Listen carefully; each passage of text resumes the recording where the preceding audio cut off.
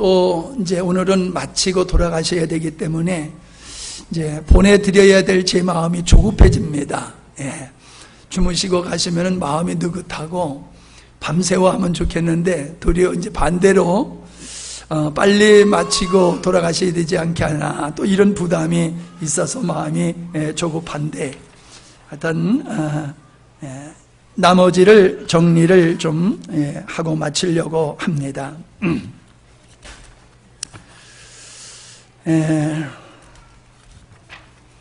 이 10장 주 안에 거하는 길 53페이지입니다. 주 안에 거하는 길. 주님께서는 내게 오라 수고하고 무거운 짐진 자들아 다 내게 오라 그렇게 말씀하셨어요. 오라고 하실 때에는 우리를 주의 자녀로 삼으시려고 초청하시는 거지요. 주님의 부름 앞에 우리가 아멘하고 나가면은 우리가 하나님의 은혜를 입게 됩니다. 근데 내게 나오라라고 하셨던 그 주님은 뭐라고 또 말씀하셨냐 하면은 내 안에 거하라고 또 말씀하셨다는 거예요. 주님 앞에 나아가는 것과 주님 앞에 거하는 것은 다릅니다. 주님 앞에 나아간다는 것은 주님을 믿는 것이고 주님 안에 거한다는 것은 주님과 연합된 삶을 사는 것을 말씀하는 겁니다. 주님 안에 주님과 연합된 삶을 살아 주님과 동행하는 그 하나된 삶을 살아가는 걸 말씀하고 있는 거예요. 그러니까 구원은 믿음으로 받는다고 한다라고 하면은 우리가 하나님께서 우리를 위해서 예비하신 놀라운 축복을 이 땅에서 누릴 수 있는 것은 주님 안에 거하는 주님과 동행하는 주님 안에 머무는 삶을 통하여서 얻을 수가 있다는 거예요.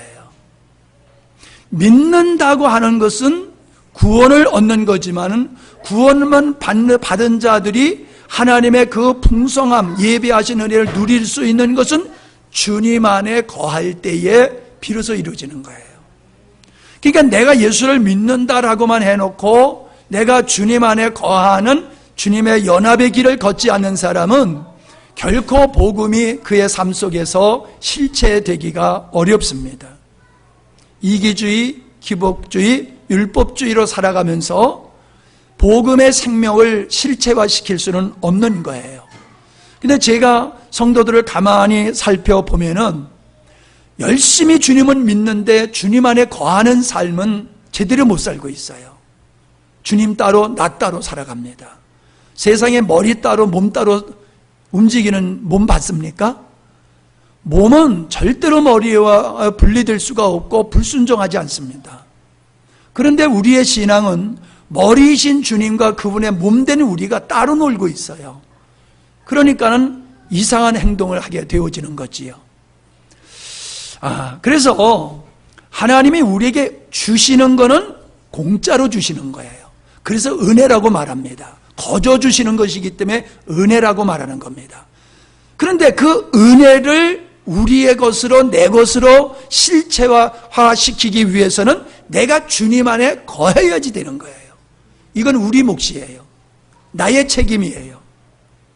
예를 들어서 여러분 오늘 고개를 잘 잡수셨잖아요. 돈 안 내셨잖아요. 그냥 공짜로 은혜로 잡수셨잖아요. 그래도 그거 안 잡수신 분이 있어요. 왜? 이 자리에 없었기 때문에.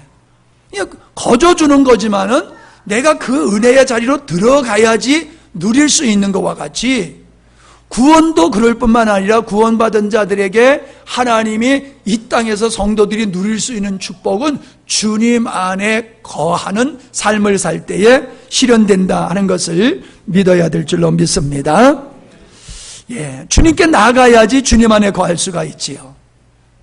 주 안에 거하지 않은 채 육체를 따라 살아가게 되면은 주님을 섬기는 것이 아니라 세상을 섬기게 되는 것이다. 즉 믿음의 실패는 열정이 부족해서가 아니라 주님 안에 거하는 삶을 실패하기 때문이다 라고 하는 것을 우리들이 깨달았으면 좋겠습니다. 그래서 믿음의 비밀은 지식에 있는 것도 아니고 열정에 있는 게 아니에요. 믿음의 승리의 비결은 내가 언제나 주님 안에 거하는 데 있다라고 하는 것입니다. 이 말을 바꿔서 얘기하면요, 대속의 진리에서 연합의 진리로 성숙되게 발전해 가야 된다는 거예요. 예수 그리스도의 십자가의 대속의 은혜로 죄사함을 받은 자리에서 나 죄사함 받았어 이렇게 머물러 있는 것이 아니라 주님과 연합해서 주님 안에 거하는 이 진리로 넘어가서 그 삶을 살아야지만이 되는 거예요. 근데 우리가 지난날 참 돌아보면은 주님 안에 거하는 것이 뭔지를 모르고 많이 힘들었을 때가 있어요. 내가 주님 안에 들어가려고 막 애를 쓰는데도 뭐가 안 돼요. 어떻게? 알고 봤더니 나는 이미 주님 안에 있는데 또 주님 안에 들어가려고 쓰는 거예요. 이미 객관적으로 우리는 주님 앞에 나아감으로 말미암아 우리는 주님 안에 있는 자입니다. 객관적으로. 문제는 뭐냐 하면은 거기 머무르면 되는 거예요. 들어가려고 드는 게 아니라 들어가서 머물러 있으면 되는 거거든요. 근데 이걸 모르고 들어가려고 하다 보니까는 이게 이상해가지고 많이 혼돈이 왔던 그런 때가 있습니다. 자, 그러면은 어떻게 우리가 주님 안에 거하는 삶을 살 수 있느냐라고 하는 거지요. 방법론을 사람들은 많이 추구해요. 방법을 좀 가르쳐 주세요. 그래서 방법을 가만히 찾아봤더니 여기 몇 가지를 제가 기록해 놨습니다. 우리가 요한일서 3장에 보면은 형제를 사랑함으로 말미암아 우리가 사망에서 생명 가운데로 옮겨졌다라고 하는 말씀이 있습니다. 주님 안에 거하는 자의 모습을 어떻게 얘기하고 있느냐 하면은 형제를 사랑하는 것으로 얘기하고 있어요. 그러니까 내가 형제를 지금 사랑하고 있으면은 주님 안에 거하고 있다는 거예요. 형제와의 아름다운 유기적인 관계로 벗어나 있으면은 지금 나는 주님 안에 머무는 게 아니라는 거예요. 내가 주님 안에 거하는 삶은 구원의 자리에 머물러 있는 것인데 그것은 바로 형제를, 이웃을, 하나님을 사랑하는 데 있다라고 하는 겁니다. 우리들은 내가 사랑하는 존재의 마음과 생각에 다 가서 있습니다. 내가 하나님을 내가 사랑할 때에 형제를 사랑하게 되고 형제를 사랑하고 있는 그 순간 그는 주님 안에 거하게 됨을 믿으시기를 바랍니다. 그리고 지난 시간에 나누었던 자기를 부인하는 삶을 사는 거지요. 자, 우리는 고린도후서 4장 10절로 11절의 말씀을 통해서 그 비결을 알 수 있습니다. 오른쪽에 있지요? 같이 읽습니다. 시작.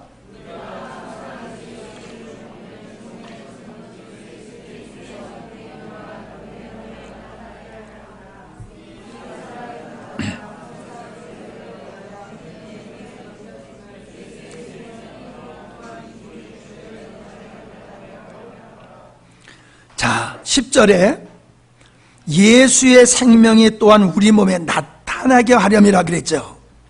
예수의 생명이 우리에게 나타내려 함이라. 이게 실체되어지는 걸 얘기하는 거란 말이에요.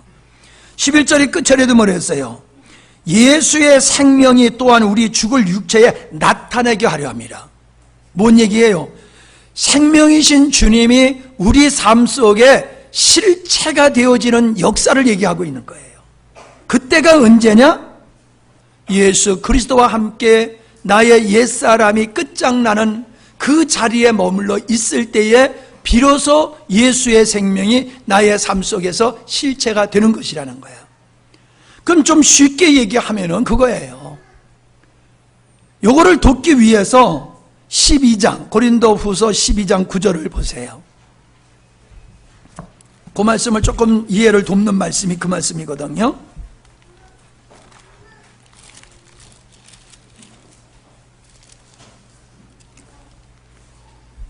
12장 9절 시작.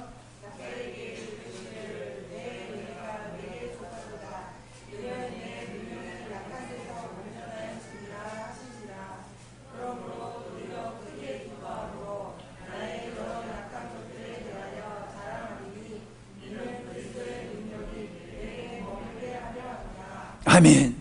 자, 앞에서 읽은 것은 예수의 생명이 우리 몸에 나타나기를 원함이라 이렇게 두 번씩이나 말씀하셨던 그 바울이 지금 9절에서는 그리스도의 능력이 내게 머물게 하려 함이라고 그랬어요. 이 말씀이 생명이 실체가 되는 걸 얘기하는 거예요. 그럼 그때가 언제냐? 자기를 신뢰하지 아니하고 자기를 사랑하지 아니하고 자기가 주인된 삶을 살지 아니하고 나의 옛사람을 부정하고 주님을 바라보고 주님을 주인으로 모시고 살아갈 그때를 얘기하는 거예요. 그러니까 내가 살아있는 동안에는 주님 안에 거할 수가 없어요. 내 육체를 따라서 내 마음대로 내 뜻대로 살아갈 때에는 주님 안에 거하는 게 아니라 주님으로부터 내가 탈출하는 행위가 돼버리는 거예요. 그게 주님 안에 거할 때만이 주님의 생명의 실체를 경험하게 되는데 주님 안에 거하는 삶을 실패하니까, 즉 자기를 부정해야 되는데 자기를 부정하지 못하니까는 주님 안에 거하지 못하는 거고, 주님 안에 거하지 못하니까는 생명을 실체적으로 경험하지를 못하게 된다는 거예요. 지금 머리 끄덕끄덕한 사람은 딱 한 사람뿐이에요. 한 사람이라도 끄덕끄덕했으니 내가 말한 보람이 있네. 아무도가 안 했으면 내가 좀 섭섭했을 텐데 말이에요. 여러분, 이 말씀이 오늘 이 한밤에 우리에게 새롭게 계시되어서 임하고 있는 말씀입니다. 새롭게 임하는 거예요. 은혜의 자리에 머무르는 것은 내가 머리가 된 상태에서는 주님 안에 주님이 머리고 내가 머리고 둘이가 있을 수 없는 거예요. 주님만 머리고 나는 그분을 온전히 신뢰하고 사랑하고 경배하는 자리에 있을 때에 예수의 생명이 우리 가운데서 실체가 된다. 너무 중요한 말씀입니다. 여러분, 이것이 여러분에게 귀하게 열리는 말씀이 되기를 바랍니다. 세 번째는 뭐냐 하면은 생각하는 곳에 우리 마음이 가서 있듯이 늘 주님을 생각할 때에 주님 안에 머무는 삶이 되는 거예요. 우리가 바쁘다 보면은 주님을 잊어버립니다. 근데 우리가 주님을 잊어버리면 내가 지금 어디로 가고 있는지를 몰라요. 늘 주님을, 새벽 기도에만 주님을 생각하는 게 아니라 24시간 주님을 생각해야 될 줄 믿습니다. 자면서도 주님을 생각해야 돼요. 저는 자다가 설교 준비 잘해요. 설교 준비 안 하면 그냥 안 되면 자버려요. 그러면 주님이 잠자리에서 설교 준비를 시켜주세요. 그럼 들어놓아서 성경을 저기 왔다 갔다 하면서 들어놓아서 설교 준비가 다 돼. 그러면 일어나서 그거 정리하는 거예요. 잠을 자면서도 주님을 바라보면요, 그러면은 주님은 꿈속에서도, 잠자는 속에서도 우리에게 말씀하시고 우리에게 은혜 주시는 줄로 믿습니다. 24시간을 주님을 생각하는 겁니다. 그 다음에 성령을 쫓아 살아가라고 그랬어요. 육체를 따라 사는 사람은 반드시 죽는다고 그랬어요. 육체를 따라 사는 사람은 반드시 죽지만 영을 쫓아서 사는 사람은 살리라고 말씀하고 있거든요. 그러니까 육체를 따라 살면 하나님과 원수된 자리에 있는 거예요. 세상을 사랑하는 자, 육체를 따라 사는 자는 그 사망의 자리에 머물러 있는 거란 말이에요. 그렇기 때문에 우리는 사망의 자리에서 하나님의 생명을 누릴 수가 없어요. 성령을 쫓아 살 때에 우리는 주님 안에 비로 거하면서 그 은혜를 누리게 될 줄로 믿습니다. 초대교회 성도들은 늘 주님의 이름을 부르는 자라고 그랬어요. 여러분, 우리의 입에다가 늘 불만 불평을 달고 사는 게 아니라 주 예수의 이름을 부르고 담고 사는 거예요. 주여, 오 주여, 주 예수여, 주님, 아버지, 늘 그렇게 주님을 부르는 거예요. 힘들고 어려울 때, 낙심될 때, 낭망될 때 주님의 이름을 불러보세요. 시원하게 위로의 영이 임해요. 낙심될 때 내 마음에 새로운 소망이 생겨요. 주님의 이름만 불러도 나 기도할 줄 몰라요 그랬는데 걱정하지 마세요. 기도할 줄 모르는 사람 하나도 없어. 따라합시다. 주여. 그럼 기도되는 거예요. 주여 하면 기도되는 거예요. 주여 하면 벌써요, 주여 소리에 왜 호랑이를 만난 사람이 놀래가지고 호호호호만 한다고 그러잖아요. 하나님 앞에 하하하만 해도 하나님 부르는 줄 알아요. 그냥 주여 하면은 그 주여 속에 내 마음이 거기 다 들어가는 거예요. 입으로 주절주절 안 해도 주야, 그 다음에는 할 말이 쭉 꼬리를 잡고 있는데 주여, 주님을 부르는 순간 다 그게 그냥 포함돼 버리는 거예요. 그래서 믿음으로 주여 한 번만 해도 1시간 기도한 것 같아. 1시간 기도하고도 허전한 사람이 있어요. 근데 나는요, 주여 한마디만 하면은 기도 다 했어. 예, 은혜 충만해. 이걸 이해를 못 하시는구만. 이게 좀 수준이 있는 사람만 알아듣는 얘기 같으네. 예. 그래서 중요한 게 뭐냐면 주님의 이름을 부르고 말씀을 계속 묵상할 때에 우리는 주님 안에 거하게 되는 것이다. 주님을 온전히 믿고 신뢰하고 의지하는 삶, 이러한 삶들을 통해서 우리는 내가 주님을 떠나지 아니하고 주님으로부터 독립적이지 아니하고 오직 주님 안에 거하는 삶을 살게 될 줄로 믿습니다. 주님 안에 거할 때에 믿는 자들에게 두 가지 은혜와 축복이 임하고 있어요. 그게 개인적인 은혜와 단체적으로 하나님의 은혜가 임하고 있는 것이거든요. 여기서 제가 하나님을 알게 됨, 신령한 것은 알게 됨, 신의 성품에 참여하게 됨, 성령의 열매, 이거는 설명을 요 앞에서도 조금씩 했으니까 그냥 넘어가겠어요. 다섯 번째가 중요한 거예요. 무슨 자유라고요? 5대 자유. 5대 자유. 제가 5대 자유라는 이름을 붙인 거예요. 예. 보니까는 성경에서 하나님을 믿고 주님 안에 거할 때에 내가 누리게 되는 축복이 뭔가를 봤더니 이 다섯 가지 자유함을 누리게 되더라는 거예요. 평강을 준 내가 너에게 평안을 주노라. 내가 너에게 주는 평안은 세상에 주는 것과 다르다라고 하는 말씀을 하셨잖아요. 자, 믿는 자들이 죽으면은 천국 간다, 이 정도가 아니에요. 믿는 자들은 이 땅에서 자유의 삶을 누리게 하는 것이 하나님의 은혜인 줄로 믿습니다.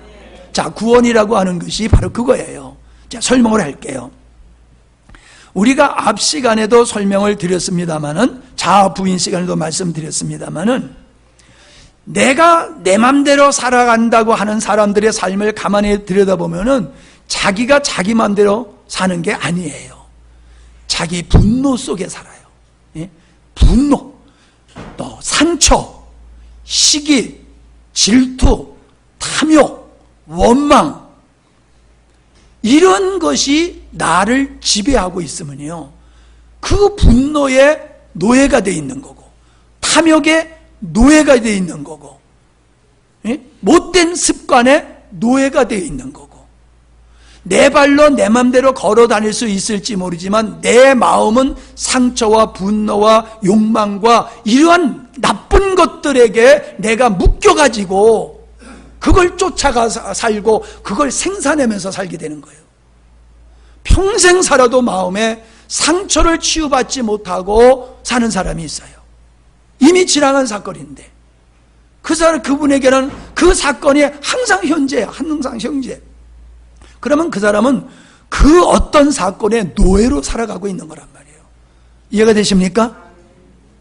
그런데 우리가 주님 안에 거하면요, 내가 부모님한테 받지 못한 사랑, 아내한테, 남편한테 받지 못한 사랑, 누구한테 상처받았던 거, 이게 내가 주님 안에 있으면 아버지 사랑이 나를 덮을 때에 용서가 되고 치유의 역사가 일어나요. 주님의 사랑이 그걸 다 덮어버려요. 다 치유를 해버려요. 그래서 자유를 누리게 되는 거예요. 그래서 원망을 안 해요. 원망을 안 해요. 불평을 안 해요. 왜? 더 큰 사랑을, 내가 그분에게 받을 사랑보다도 하나님께 받은 사랑이 더 큰 거예요. 그 큰 사랑을 내가 받았기 때문에 치유가 되고 그런 거로부터 자유케 된다. 세상 것을 더 부러워하지 않아요. 왜? 더 좋은 주님이 내 안에 계시니까는 그런 것은 배설물과 같이 여기고 그런 것에 미혹되지를 않는다는 거예요.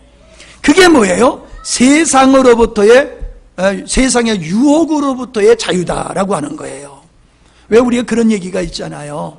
아이들이 바닷길을 걸어가다가 조개를 보고 야, 저게 조개 있다 그러니까는 그 가까이 있는 애가 그걸 먼저 집어버렸단 말이에요. 그러니까 둘이 싸움이 벌어졌어요. 야, 그건 내가 발견했으니까 내 거야. 그러니까는 먼저 집은 애가, 집은 자가 임자지, 내가 먼저 집었으니까 내 거야.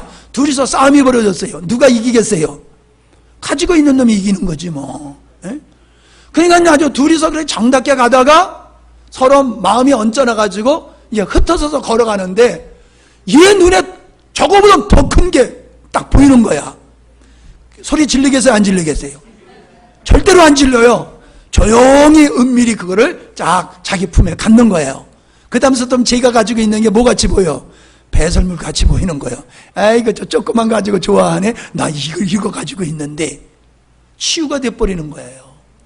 우리가 주님의 가치, 하나님의 자녀라고 하는 이 영광스러움을 알게 되면요, 세상에서 출세하고 잘되고 명예를 누리고 떵떵거리는 걸 보면요, 아우 저거 별거 아닌데, 저거 아무것도 아닌데 저걸 가지고 저렇게 좋아하나 안타깝게 보게 돼요. 근데 내가 만난 예수님, 내가 믿는 예수님의 가치를 몰라. 그러면 나는 너무나 생명과도 바꿀 수 없는 좋은 걸 가지고 있으면서도 하찮은 걸 가진 사람을 부러워하는 거예요. 따라합시다. 부러워하면 지는 거다. 부러워하면 진다고 그랬잖아요. 부러워하는 것은. 우리는 세상 것을 보고 돌같이 봐야 돼요. 사람들이 목숨 걸고 추구하는 걸 돌같이 봐야 돼요. 왜? 내 안에 주님이 계시기 때문에. 그 주님으로 말미암아 세상 것이 나를 유혹을 못해요. 내 옛사람이 살아있을 때는 세상 것이 화려하게 보이고 세상 것에 이렇게 영향을 받아가지고 넘어지기도 하고 그러지만요, 주님 안에서 거하게 되어지면은 주님 안이 너무너무 좋기 때문에 다른 게 다 싫어. 그죠? 아이가 엄마 품에 있으면 최고인 것과 같이 그렇게 될 줄로 믿습니다. 그러니까 세상에 유혹이 크다라고 하는 것은 내가 주님 안에 거하는 삶이 풍성하지 못하기 때문에 그러는 거예요. 주님 안에 거하게 되어지면, 주님의 풍성함을 누리게 되면 세상의 유혹을 이기게 될 줄로 믿습니다. 이제 죄로부터의 자유라고 하는 것도 같은 선상에서 우리가 생각할 수가 있어요. 끊임없이 악한 세력은 우리를 공격합니다. 미혹합니다. 그런데 보세요. 아담이 하나님과 대화했을 때에 마귀가 와서 꼬신 거 아니에요. 아담과 하와가 하나님으로부터 떨어져 있을 때에 와서 꼬시는 거예요. 애들을 유혹할 때도 거리에서 방황한 아이를 유혹하지, 엄마 손잡고 가는 아이를 누가 유괴해서 갑니까? 마귀가 우는 사자와 같이 삼킬 자를 찾는다고 그랬어요. 그 삼킬 대상이 누구냐? 주님으로부터 떨어져 있는 자예요. 주님 안에 거하지 않는 자예요. 주님 안에 거하는 자는 어찌할 수가 없어요. 근데 주님으로부터 떨어지니까 사단의 공격의 대상이 되는 거거든요. 그래서 그 안에 죄가 불릴 듯 일어나가지고 그를 사로잡고 그를 죄악을 향해서 걸어가도록 역사하고 있는 거예요. 그럼 주님 안에 있으면요, 이와 같은 거예요. 내가 구명보도를 착용했어요. 구명보도를 착용하고 바다에 뛰어들면은 빠져요, 안 빠져요? 왜 안 빠져요? 구명조끼를, 구명보트라고 그랬나 내가? 구명조끼를 차고 있기 때문에, 그 구명조끼 때문에 물속에 안 빠지는 거예요. 세상에 우리를 아무리 유혹을 해도요, 주님, 구명조끼와 같은 주님 안에 있으면요, 주님 때문에 이게 안 빠지는 거예요. 아멘? 주님 때문에. 우리가 못 먹을 걸 먹으면요, 금방 토해버려요. 왜요? 내 몸이, 이거는 내 몸에 들어올 것이 아니여 하고 내 몸이 역반응을 일으켜가지고 토해버리잖아요. 주 안에 거하는 삶은요, 주님이 우리 안에서 주님이 원치 않는 것을 할 때는 그런 반작용이 일어나는 거예요. 그래서 그냥 한 번 하려고 그러다가 내 안에 그분이 야야야 그러면 안 돼 이러고 그분이 거절을 하는 거예요. 왜 우리가 회개를 합니까? 벌 받을까 봐 회개하는 게 아니에요. 내가 하나님이 원치 않는 짓을 하게 되면요, 못 먹은 것을 먹은 것과 같이 우리의 영이 괴로워서 견딜 수가 없어요. 그래서 그걸 회개할 수밖에 없는 거예요. 회개 안 하면 속이 시원하단 말이에요. 그래서 주님 안에 거하는 자는 죄로부터 자유함을 얻게 된다. 아까 우리가 로마서에 봤잖아요. 죄가 너희를 주장하지 못하리니. 그러니까 여러분 아이들 보고 죄 짓지 마, 나쁜 다리에 가면 안 돼 이래가지고 애들을 지킬 수 있는 게 아니에요. 뭐 죄가 바깥에서만 질 수 있는 겁니까? 얼마든지 집안에서도 죄를 질 수 있잖아요.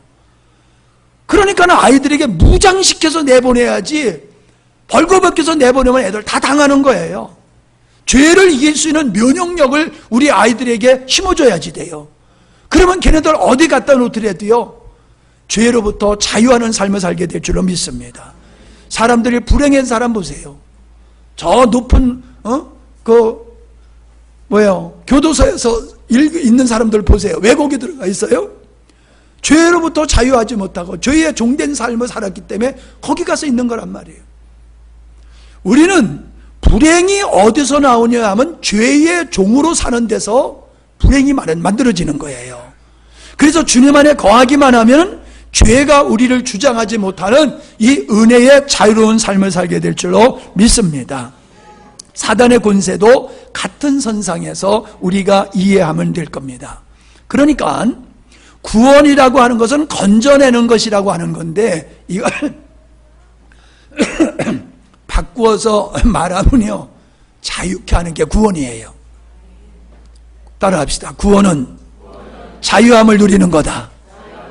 예, 구원은 사망으로부터 자유함, 율법의 요구로부터 자유함, 세상의 유혹으로부터 자유함, 우리의 타락한 성향으로부터 자유함, 자유함을 누리는 것이 구원받은 자의 은혜예요. 여러분, 아무리 돈이 많아도, 아무리 건강해도 불편하면 불행하잖아요.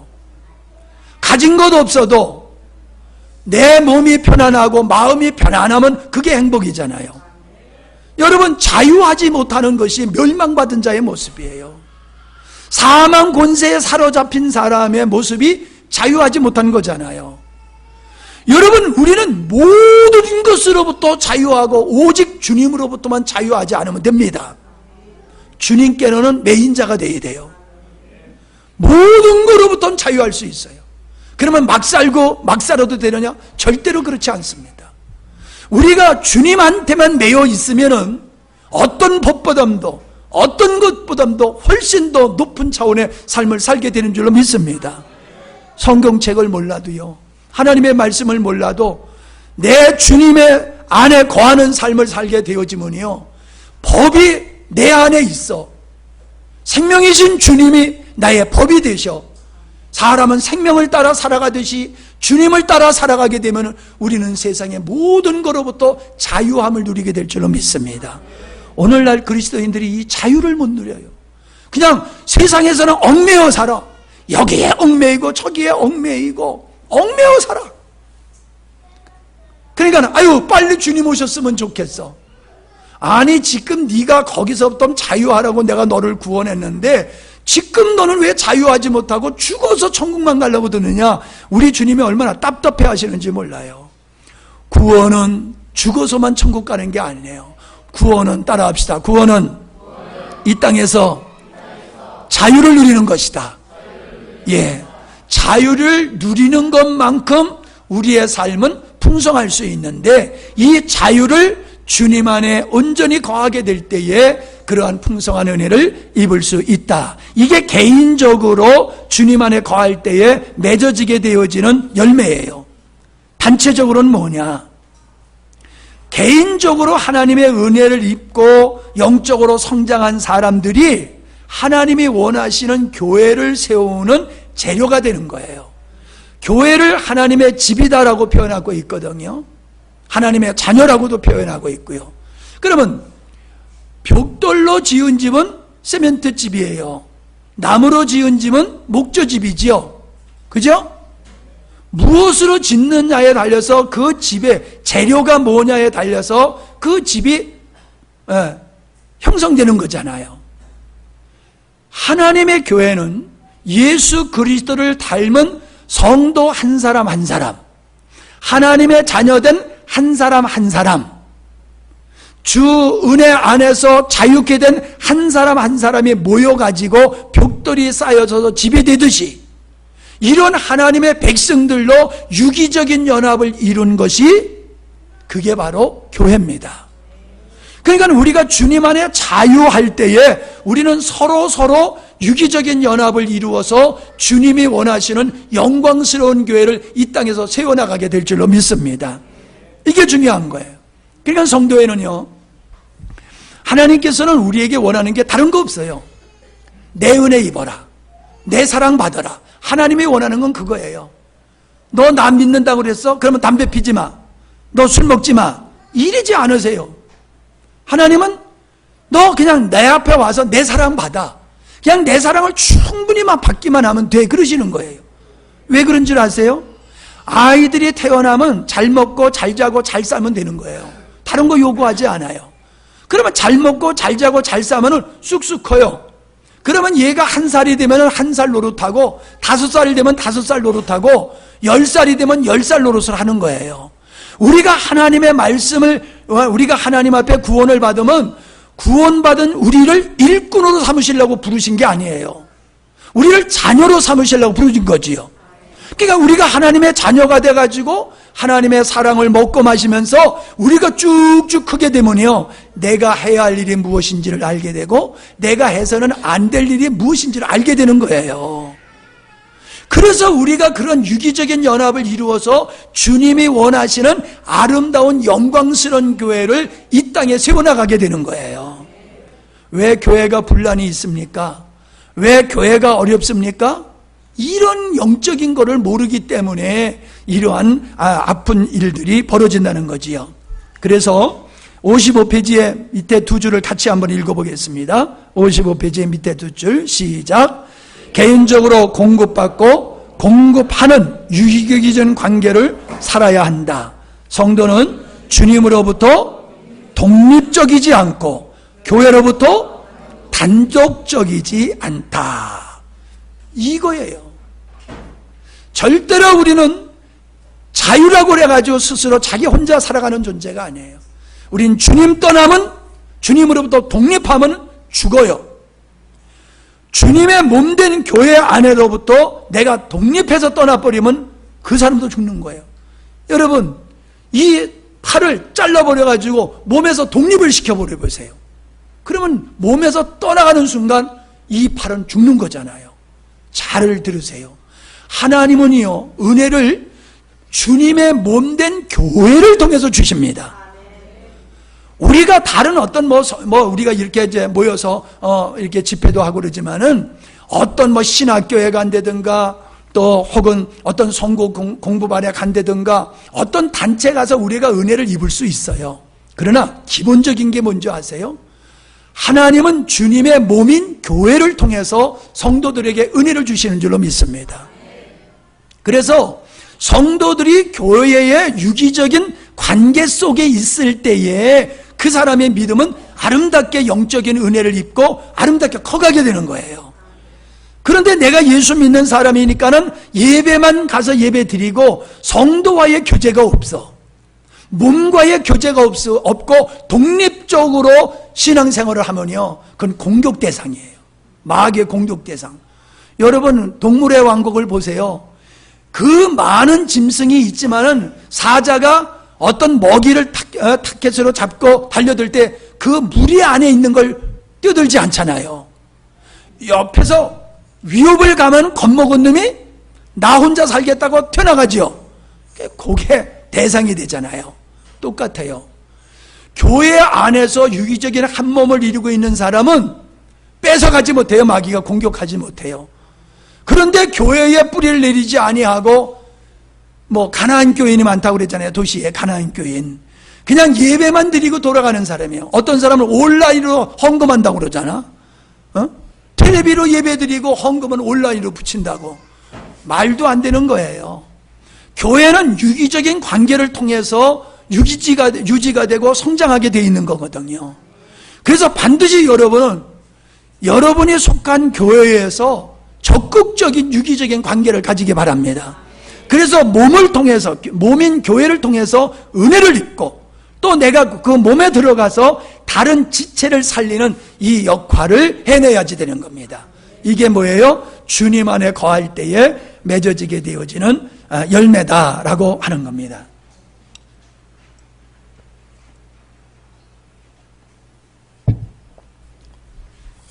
예, 마음이 급해지면 안 되는데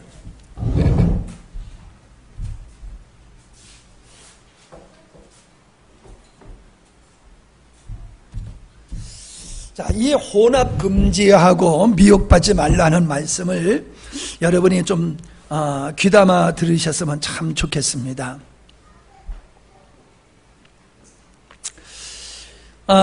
신명기, 그러니까 56페이지를 보세요.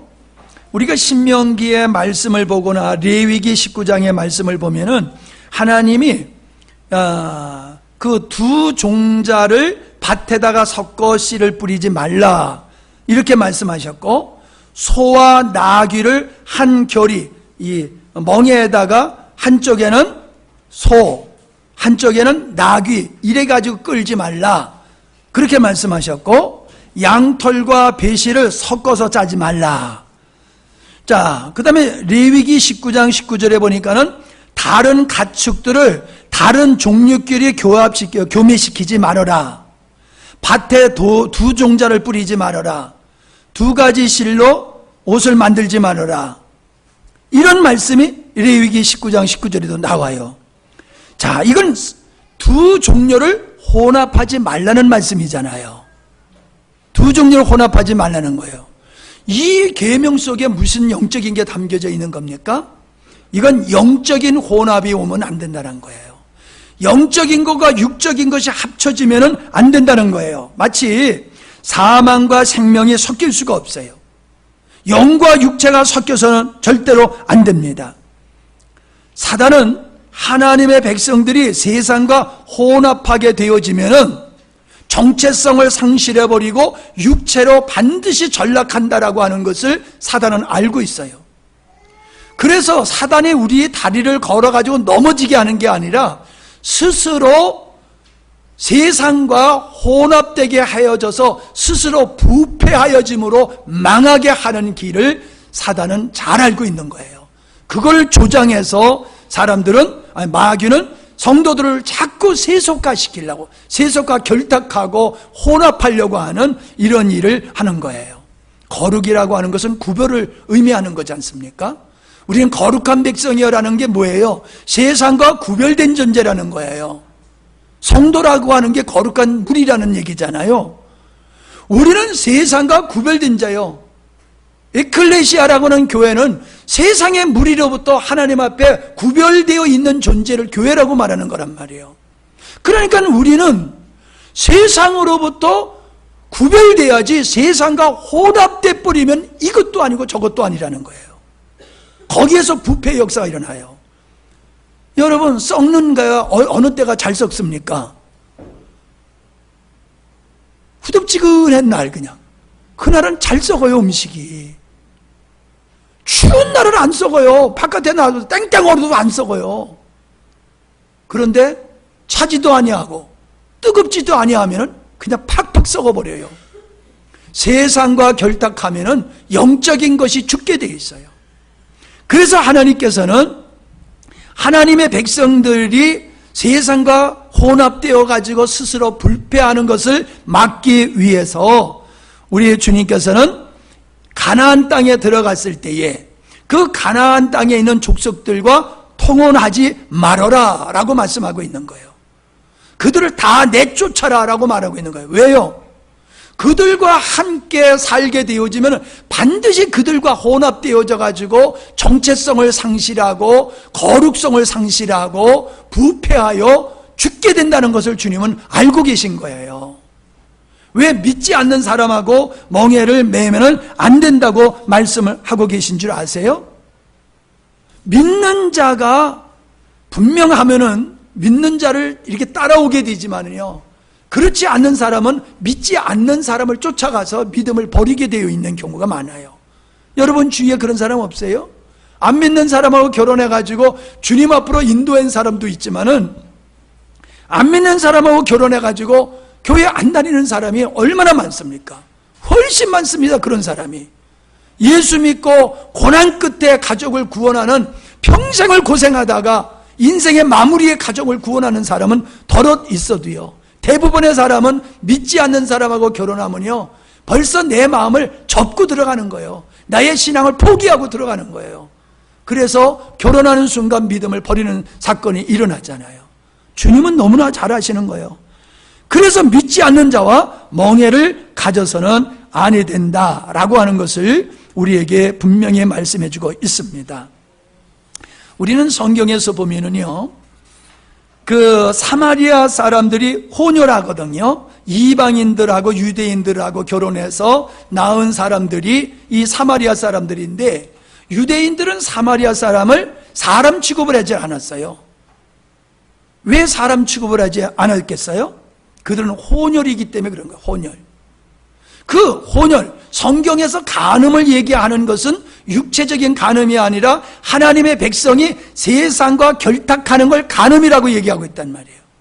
세상과 혼합된 존재, 그래서 생산된 그 사마리아인들, 그거를 그렇게 싫어하고 증오하는 것은 우리가 주님 앞에서 순수한 믿음을 지키지 아니하고 세상과 결탁하여서 살아가는 자체를 하나님이 그렇게 싫어하는 것이다 라고 하는 것을 우리가 알아야 될 줄 믿습니다.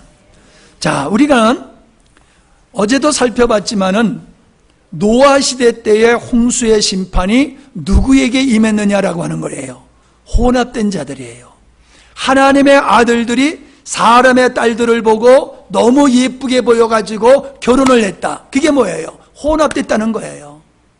세상의 사조에 혼합돼 버리고 세상의 문화와 결혼하고 그래가지고 짬뽕이 돼버린 거예요. 그걸 갖다가 육체가 됐다고 그러는 거예요. 하나님은 이렇게 육체가 된 사람을 심판하셨잖아요. 우리는 아브라함이 이스마엘을 낳은 것을 보게 됩니다. 왜 이스마엘을 내쫓으라고 그럽니까? 이스마엘은 하나님의 언약으로 난 존재가 아니라는 거예요. 인간의 방법으로 난 거예요. 인간의 수단으로 난 거예요. 그건 결탁한 혼합된 그런 상태로 생산된 존재가 이스마엘이에요. 하나님 그거 인정 못한다는 거예요. 네, 쫓으라고 말하고 있음을 보게 되어집니다.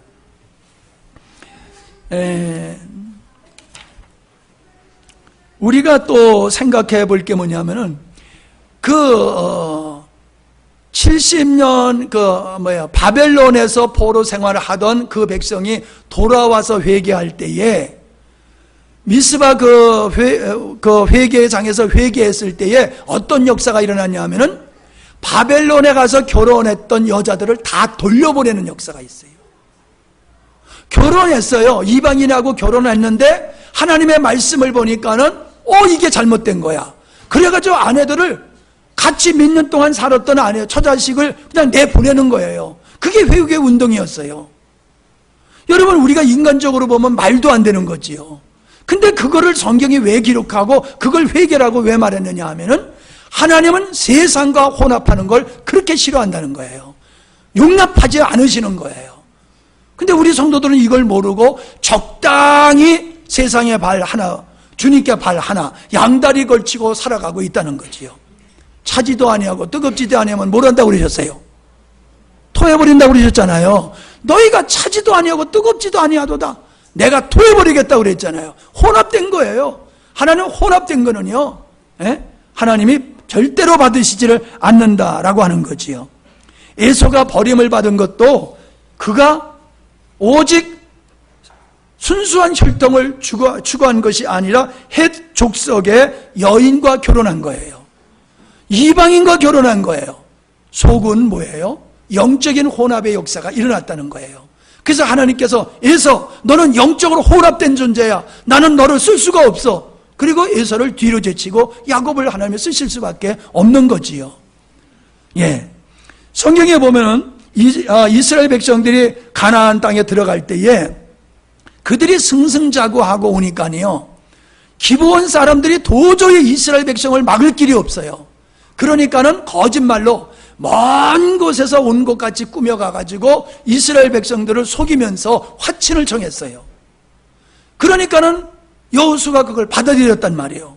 그래서 그들을 동맹을 했잖아요. 이게 화근이에요. 이게 화근이에요. 하나님께 물어보지 아니하고 인간적인 방법으로 그들과 화친해가지고 이게 하나님의 진노를 쌓는 일이었다라고 하는 거지요. 왕정시대에 보더라도 솔로몬이 이방 여인들을 왕비로 받아들임으로 말미암아 솔로몬이 망하게 된 원인이 거기 있는 거예요. 순수한 주님만 바라보는 믿음을 가져야 되는데 이방 여인들을 아내로 막 맞이하다 보니까는 이방 여인들이 들어올 때 자기 신들을 가지고 온 거예요. 그래서 그들이 들어와 가지고 산에다가 산당을 지어놓고 자기 신들을 막 섬기는 거예요. 그러니까 백성들이 그거 바라보고 그게 좋은 것 같으니 그거 다 따라갔단 말이에요. 그래서 백성들로 하여금 다 신앙의 정절을 잃어버리게 하는, 정체성을 상실하게 하니까는 그들이 바벨론에 끌려가고 아수르의 멸망을 당하고 하는 이 수모를 겪게 된 거거든요. 예. 그 북이스라엘 왕조 여로보암 시간이 가니까는 그건 뛰어넘도록 하겠습니다. 자, 그러면은 신약에 와서 보면요, 주님께서는 우리에게 재물과 교마여 하나님을 섬길 수 없다라는 말씀을 하고 있어요. 재물과 하나님을 교마여 섬길 수 없다는 것은 돈과 하나님, 이 돈이라고 하는 것과 하나님이라고 하는 것이 무엇을 의미합니까? 나를 사랑하는 사람은 돈을 숭상하게 돼 있어요. 돈을 신과 같이 여기게 돼 있어요. 재물이면 모든 게 다 된다는 이런 잘못된 생각. 그러니까는 그런 생각을 가지는, 그런 생각과 하나님을 섬기는 것이 공존할 수가 없다는 거지. 공존할 수가 없다는 거예요. 근데 우리는 두 가지를 다 갖지 못해서 안달인 것을 우리가 보게 되잖아요. 우리는 갈라디아 교회가 왜 혼란스러운지를 알고 있어요. 초대교회는 율법과 복음이 공존해가지고, 뭐 지금도 마찬가지입니다만은 그때는 더 하잖아요. 지금은 이제 복음이 확장됐기 때문에 명확했지만 그때는 안 그래가지고 더 혼란스러웠는데, 갈라디아 교인들은 예수 믿으면 구원받는다. 맞다. 근데 할례 받아야 된다. 그걸 끝까지 주장한 거예요. 할례 받아야 돼. 할례 받지 아니하면 하나님의 백성이 될 수 없어. 그래가지고 할례 때문에 분쟁이 일어나고 막 그랬잖아요. 그게 뭐예요? 율법과 복음이 혼합될 수 없다는 얘기거든요. 율법을 쫓아내라, 이스마엘을 쫓아내라, 그건 율법을 너의 삶 속에서 쫓아내라라고 말씀을 하고 있는데, 오늘날 많은 그리스도인들이 예수를 믿는 것을 율법주의로 예수님을 믿고 있다는 거예요. 이게 혼합된 신앙생활을 하는 거예요. 그러니까 자유하지를 못해요. 믿음으로 구원을 받고 삶은 율법적으로 살아가. 그러니까 자유하지 못하는 이러한 안타까운 현실을 가지고 있다는 거예요. 너희가 성령으로 시작하였다가 육체로 마치겠느냐? 그게 율법과 복음을 짬뽕된 삶을 살아가는 사람에게 해당되는 말씀일 수 있다라고 하는 것입니다. 우리는 역사상 카톨릭을 바벨론이다 이렇게들 많이들 말씀을 하고 있습니다. 이 카톨릭이 의식이 얼마나 많습니까? 이 카톨릭이 초대교회의 후신이잖아요. 그러니까 그 로마가 이제 기독교를 공인하게 되면서부터 이방 태양신을 섬기던 사람들이 그냥 물밀듯 물려온 거예요. 교회가 너무 빨리 부흥해도요, 골치 아파요. 지금 우리 진주에 어떤 교회가 그 신도시에 있거든요. 그 신도시에 있어가지고 그 아파트 단지에 사람들이 많이 이사 오니까요, 새로운 가족들이, 그 다른 데서 신앙생활하는 분들이 그쪽 이사 와가지고 그 교회에 등록해가지고 믿음의 생활하는 사람들이 엄청 많아졌어요. 그러니까요, 목사님이 그래요. 끼리끼리가 형성되더라는 거예요. 끼리끼리가 자연적으로. 그래가지고 어떻게 보면 정체성이 자꾸 흐려져 버리는 거예요. 그 교회의 정체성이. 다양한 사람들이 들어와서 다양한 색깔을 가지고 있기 때문에 이게 참 좋은 것만이 아니다, 그런 고백을 하더라고요. 그러니까 사람들이 막 몰려들으니까는 이 사람들을 어떻게 감당할 수가 없는 거예요. 그래서 그들이 어떤 술책을 쓴 거지요. 그게 뭐예요? 태양신을 섬기는 그 태양신의 제도와 기독교를 짬뽕을 해버린 거예요. 교회와. 예수님이 탄생한 날이 며칠이죠? 성탄절이 며칠이죠? 아니, 너무 머리 굴리지 말아요. 며칠이죠?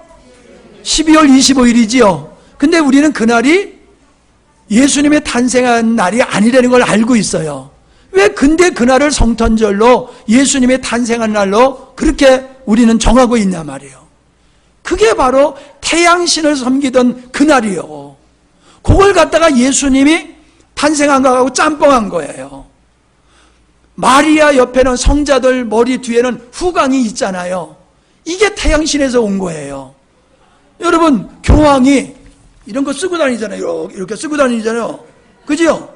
그게 뭐같이 생겼어요? 고기입이요. 고기입이. 고기. 그들이 입은 것은 태양신을 섬기던 사람들의 그 제사장들의 옷이에요. 고기, 그들이 섬겼던 고기의 형상을 모자와 이거로 쓰고 하는 거예요. 묵주도 마찬가지고.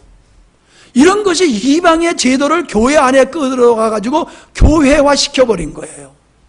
전혀 성경적이지 않는 것이 성경의 자리에 딱 자리하고 있어요.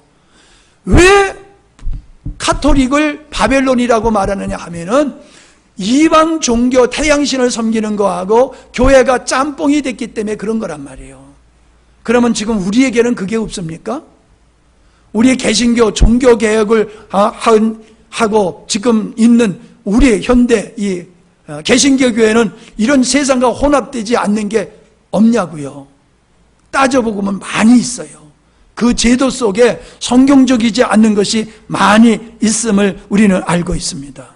근데 더 한 가지는 우리가 꼭 기억해야 될 게 뭐냐 하면은 WCC예요. WCC란 모든 종교를 하나로 통합하는 거예요. 쉽게 얘기하면은 기독교에만 구원이 있는 게 아니라 다른 종교에도 다 구원이 있다. 그런 사상이에요. 거기에 교회들이 가입되어 있어요. 그러면 예수님이 구세주라고 하면서도 다른 종교에도 다른 방법으로 구원이 있다라고 하면은 그건 예수님의 유일한 구세주가 아니잖아요. 말도 안 되는 걸 교회에서는 예수님의 유일한 구세주라고 하면서도 다른 방법의 구원이 있다고 하는 걸 인정해주고 절간에 가서 축하해주고 무당 불러다고 교회에서 굿하고 이런 짓들을 하고 있단 말이에요. 그러니까 오늘 현대교회가 완전히 우상과 혼합된 카톨릭과 다를 바가 하나도 없는 거예요. 개신교라고는 이름 하나 가지고 우리가 깨끗한 줄 알아요. 절대로 그렇지를 않아요. 예. 하나님은 다시 말씀드리면 혼합된 존재를 심판하셨다는 거예요. 육체가 된 자들을 심판하셨다는 거예요. 그런데 보세요. 앞에서도 조금씩 다뤘지만은 62페이지 혼합되지 않는 자들이 있단 말이에요.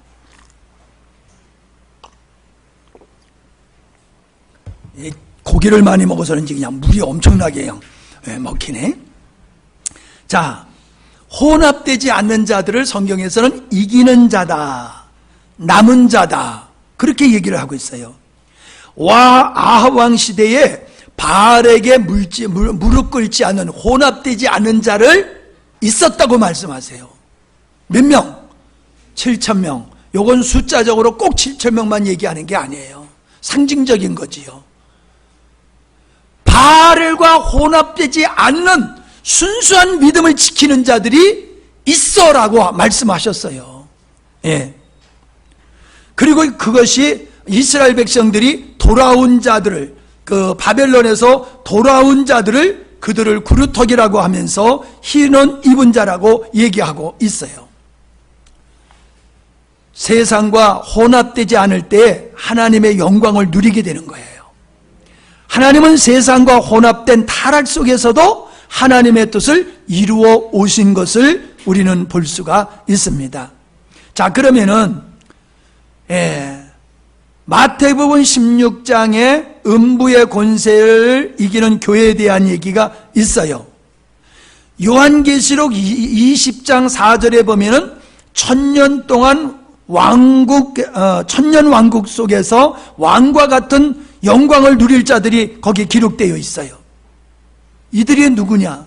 천년 동안 왕노릇하여 천년 왕국 속에서 왕과 같은 삶을 살 자들이 성경에는 있거든요. 천년 왕국 시대가 언제냐? 종말론적으로 사람들은 앞으로 올 거라고 믿는 세대주의자들이 있어요. 근데 그게 아니에요. 천년 왕국 시대는 교회 시대를 얘기하는 거예요. 예수님이 오면서 예수님의 재림 시대까지, 예수님의 부활 승천하시고 예수님의 이 땅에 재림지로 다시 올 때까지 이 교회 시대를 천년 왕국으로 보는 거예요. 그 천년 왕국 속에서 왕과 같은 영광을 누리며 살 수 있는 사람들이 누구냐? 세상을 이기는 자다, 혼합되지 않는 자다. 성경은 그렇게 말씀하고 있어요. 그러니까 오늘날 성도는 세상적인 권세를 누리는 왕과 같은 존재가 아니라 예수 그리스도 안에서 우리는 세상을 정복하고 승리하는 자를 말하는 거예요. 아멘? 우리는 세상을 힘겹게 살아가는 자가 아니에요.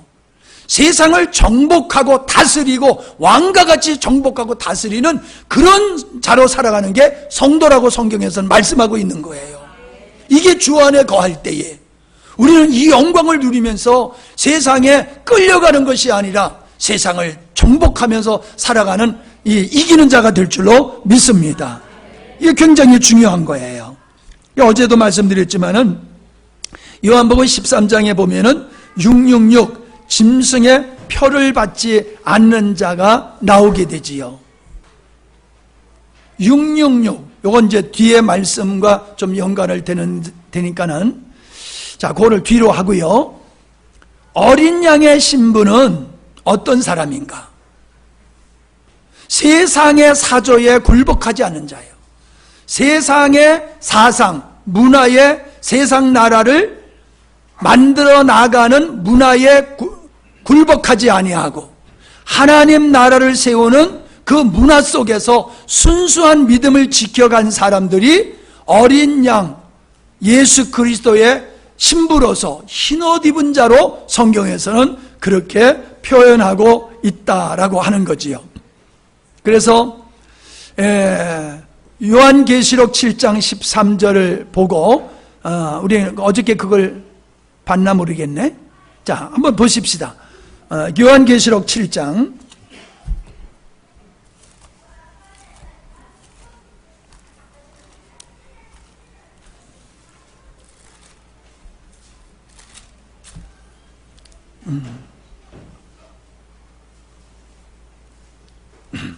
구절부터 보겠어요. 9절부터.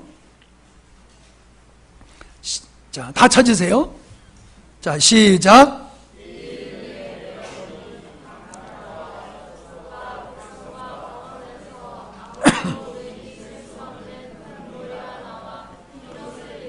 무엇을 입고? 흰옷을 입고, 그 다음에 손에 종려가지를 들고 보좌 앞에 어린 양 앞에 서서 큰 소리로 외쳐 가로되 구원하심이 보좌에 앉으신 우리 하나님과 어린 양에 있도다 하니 모든 천사가 보좌와 장로들과 네 생물의 주위에 섰다가 보좌 앞에 엎드려 얼굴을 대고 하나님께 경배하며 가로되 아멘. 찬송과 영광과 지혜와 감사와 존귀와 능력과 힘이 우리 하나님께 세서도록 있을지어다. 아멘 하더라. 장로 중에 하나가 응답하여 내게 이르되 이 흰옷 입은 자들이 누구며 이 흰옷 입은 자들이 누구며 또 어디서 왔느냐. 내가 가로되 내 주여 당신이 알리이다 하니 그가 나더러 이르되 이는 어디서? 이는 큰 환난에서 나오는 자들인데 어린 양의 피에 그 옷을 씻어 희게 하였느니라. 아멘. 뭐 어디서 나왔다고요? 큰 환난, 7년 환난이라고 많이 얘기를 하지요. 이것도 교회 시대 속에서 일어나는 거지 앞으로 미래에 온 게 아니에요. 지금 우리가 살고 있는 이 시대가 큰 환난의 시대예요. 이 큰 환난의 시대에 세상의 사조에 굴복하지 아니하고 순수한 주님만을 바라보면서 자기 믿음의 정체성을 지키고 날아간 사람, 그 믿음의 정체성을 지키기 때문에 환난과 고통을 당한 사람, 그럼에도 이긴 사람, 그 사람이 큰 환난에서 흰옷을 입은 자다라고 말씀하고 있는 거예요. 그러니까 여러분, 이게 너무너무 중요한 겁니다.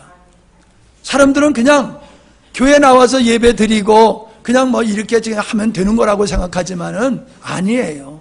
신앙생활은 예배가 전부가 아니에요. 신앙생활은 나의 정체성, 하나님 앞에서 내 믿음의 정체성을 지키고 그걸 끝까지 지키는 데 있는 줄 압니다. 그걸 지켜야 돼요. 그래서 666이라고 하는 것은 다른 게 아니에요. 세상 사조에 잘 먹고 잘 살려고 옛사람이 추구하는 것은 세상 것이라고 그랬어요. 마지막 시대의 징조가 노아 시대 때와 같이 먹고 마시고 시집가고 장가가고 사고 팔 거라고 그랬어요. 보십시다. 말로만 하려니까 좀. 자, 13장. 요한계시록 13장.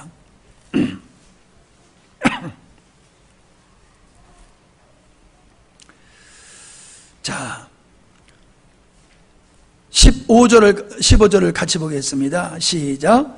저가 권세를 받아 그 짐승의 우상에게 생기를 주어 그 짐승의 우상으로 말하게 하고 또 짐승의 우상에게 경배하지 아니하는 자는 묘치든지 다 죽이게 하더라. 자, 짐승의 우상에게 경배하지 않은 자는 묘치든지 다 죽이게 하더라. 16절.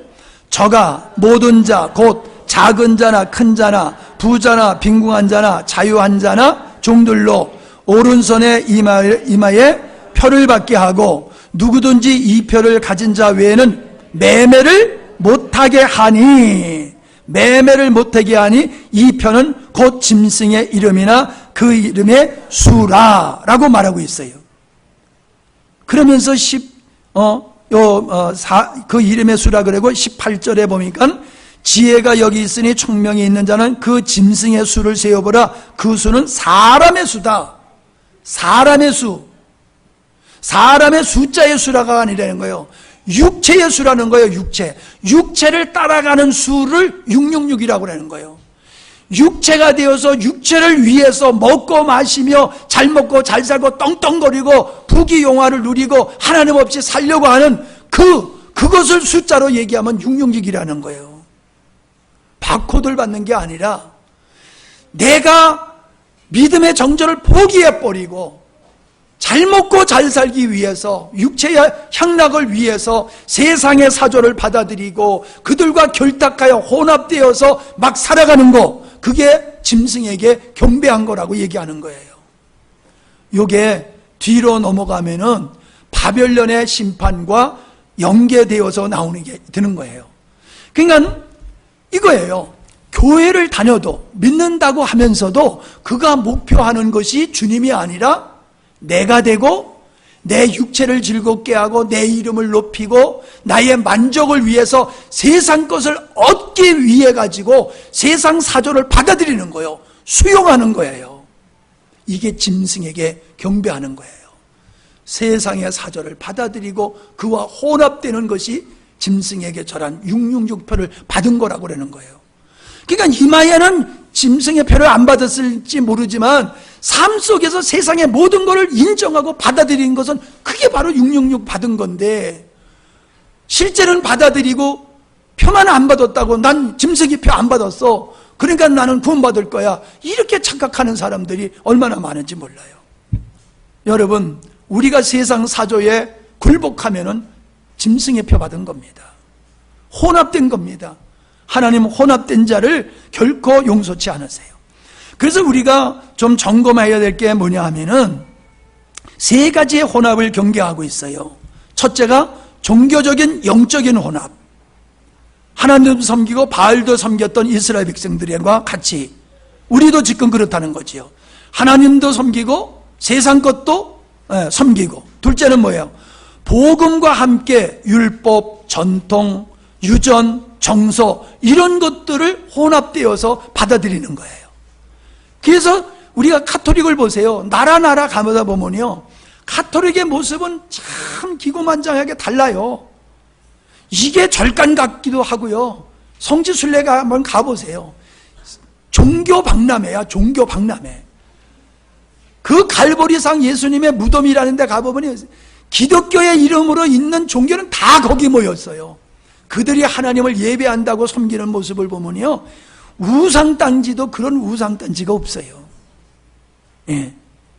이게 왜 그래요?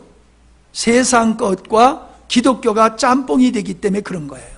그러면 교회는 힘을 잃어버리는 거예요. 그 다음에 뭐예요? 세상 사조와 예배는 드리면서 그들의 생각과 가치관과 세계관은 세상 것을 받아들이고 있는 거, 이게 혼합이에요. 그래서 어떤 게 물량주의가 나오는 거잖아요. 큰 교회가 좋은 교회, 많은 게 옳은 것. 이러한 일들이 교회 안에서 벌어지게 되어지는 현상, 이런 걸 추구하는 현상은 교회가 세상과 혼합됐기 때문이다. 자, 결론은 뭐예요? 교회가 이 시대에 왜 이렇게 힘이 없느냐? 하나님의 역사는 과거에 그렇게 풍성했는데 교회가 점점 역사가 복음이 들어온 후로 역사가 커질수록 교회는 점점 나약해지는 이유가 어디 있는가? 교회가 세월이 갈수록 세상과 혼합되는 거예요. 예수 믿기 전에 사람 처음 예수 믿었을 때는 아주 순수한데 예수를 믿다가 점점 또 세상과 결탁해가지고 혼합되는 거예요. 그러니까 세월이 가면 갈수록 혼탁되는 혼합의 정도가 점점 심화가 되는 거지요. 그럴수록 종교화가 되고 생명은 빠져나가게 되는 거예요. 오늘 한국교회가 급속도로 무너지고 있는 이유가 세상과 결탁하여서 세워졌기 때문에 그런 거예요. 핍박받으면서 교회가 오로지 복음에 반드시 섰다라고 하면은 비바람이 무너져도 무너지지 않을 텐데 세상과 결탁해가지고 갑자기 부흥했던 한국교회가 갑자기 태풍이 부니까는 막 무너지고 있는 거예요. 한국교회가 바로 서는 이유는 복음으로 회복되고 복음으로 순수성을 회복하는 데인 줄로 믿습니다. 복음으로 순수성을 회복해야지 돼요. 네. 자, 조금 쉬었다가 할까요? 예, 조금 쉬었다가 이제 미혹받지 말라 요거만 간단히 하고 마치도록 하겠습니다. 한번 이렇게 정리를 해보면 그렇습니다. 하나님이 거룩하시다고 하는 것은 하나님은 육적이고 속된 것을 절대로 하나님은 용납하시는 분이 아니라는 거지요. 하나님은 죄를 용납하지 않으시는, 죄와 함께 할 수 없는 거룩한 분이시잖아요. 하나님은 거룩한 분이시기 때문에 거룩하지 못한 거와 함께 하실 수가 없는 분이라는 거 여러분 인식되지요? 이걸 여러분이 잘 이해를 하셨으면 좋겠어요. 반대로 마귀는 우리를 자꾸 부패하게 만들어서 망하게 하는 것이 혼합시킴을 통해서 이루어지는 것이다. 그래서 우리의 싸움은 다른 데 있는 게 아니에요. 믿음을 지켜가는 거 있어요. 거룩함을 지키는 데 있습니다. 세상 사절을 배격하고 나를 목적으로 삼고 내가 주인으로 삼아서 하나님과 대적의 길을 버리고 이런 것이 우리가 싸워야 할 대상이지 그냥 뭐라 그럴까 마귀 세력을 깨부셔야 된다 해가지고 막 그런 어떤 영적인 어떤 그런 쪽으로 이거 가면은 안 돼요. 그런 어떤 마귀 세력이 우리가 대적할 세력이 아니라 시대의 사조, 하나님을 배격하는 그 대적하는 시대의 사조를 거절하고 세상의 풍조, 하나님 대신 세상 것으로 먹고 마시고 즐기고 행복하는 이런 세상의 풍조에 따라가지 아니하고 믿음을 지키는 거, 이게 우리가 싸워야 할 싸움이라는 거예요. 이걸 날마다 우리는 싸워야 되는 거예요. 예. 그러니까 다 잊어버리셔도 괜찮아요. 하나님은 세상과 혼합하기를 하는 것을 싫어하시는구나. 세상과 혼합되어지면은 우리는 정체성을 상실하게 되어지고 부패하고 넘어질 수밖에 없는 거로구나. 사단은 우리를 넘어지게 하기 위해서 자꾸 세상 것을 가지고 우리를 미혹하고 있구나. 요거를 여러분이 기억을 하시면 될 것 같습니다. 50 66페이지, 67페이지를 보시기 바랍니다. 여기에 보면은 음료가 나와요. 음료. 그래서 음료는 왜 음료라고 하느냐 하면은 사람을 미혹해서 넘어지게 하는 자를 말하는 거거든요. 거리의 여인이 남자들을 미혹해가지고 방탕한 길로 가게 하는 것과 같이 영적으로도 그렇게 하나님을 떠나서 영적 방랑자가 되도록 미혹하는 그 세력을 가리켜서 음녀다라고 얘기하고 있는 거예요.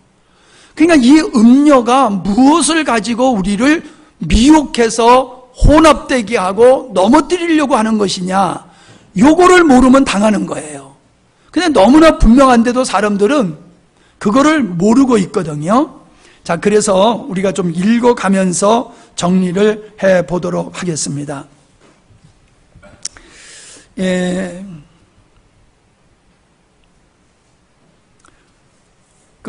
67페이지 요한계시록 17장 4절을 봅니다. 그 여자는 시작.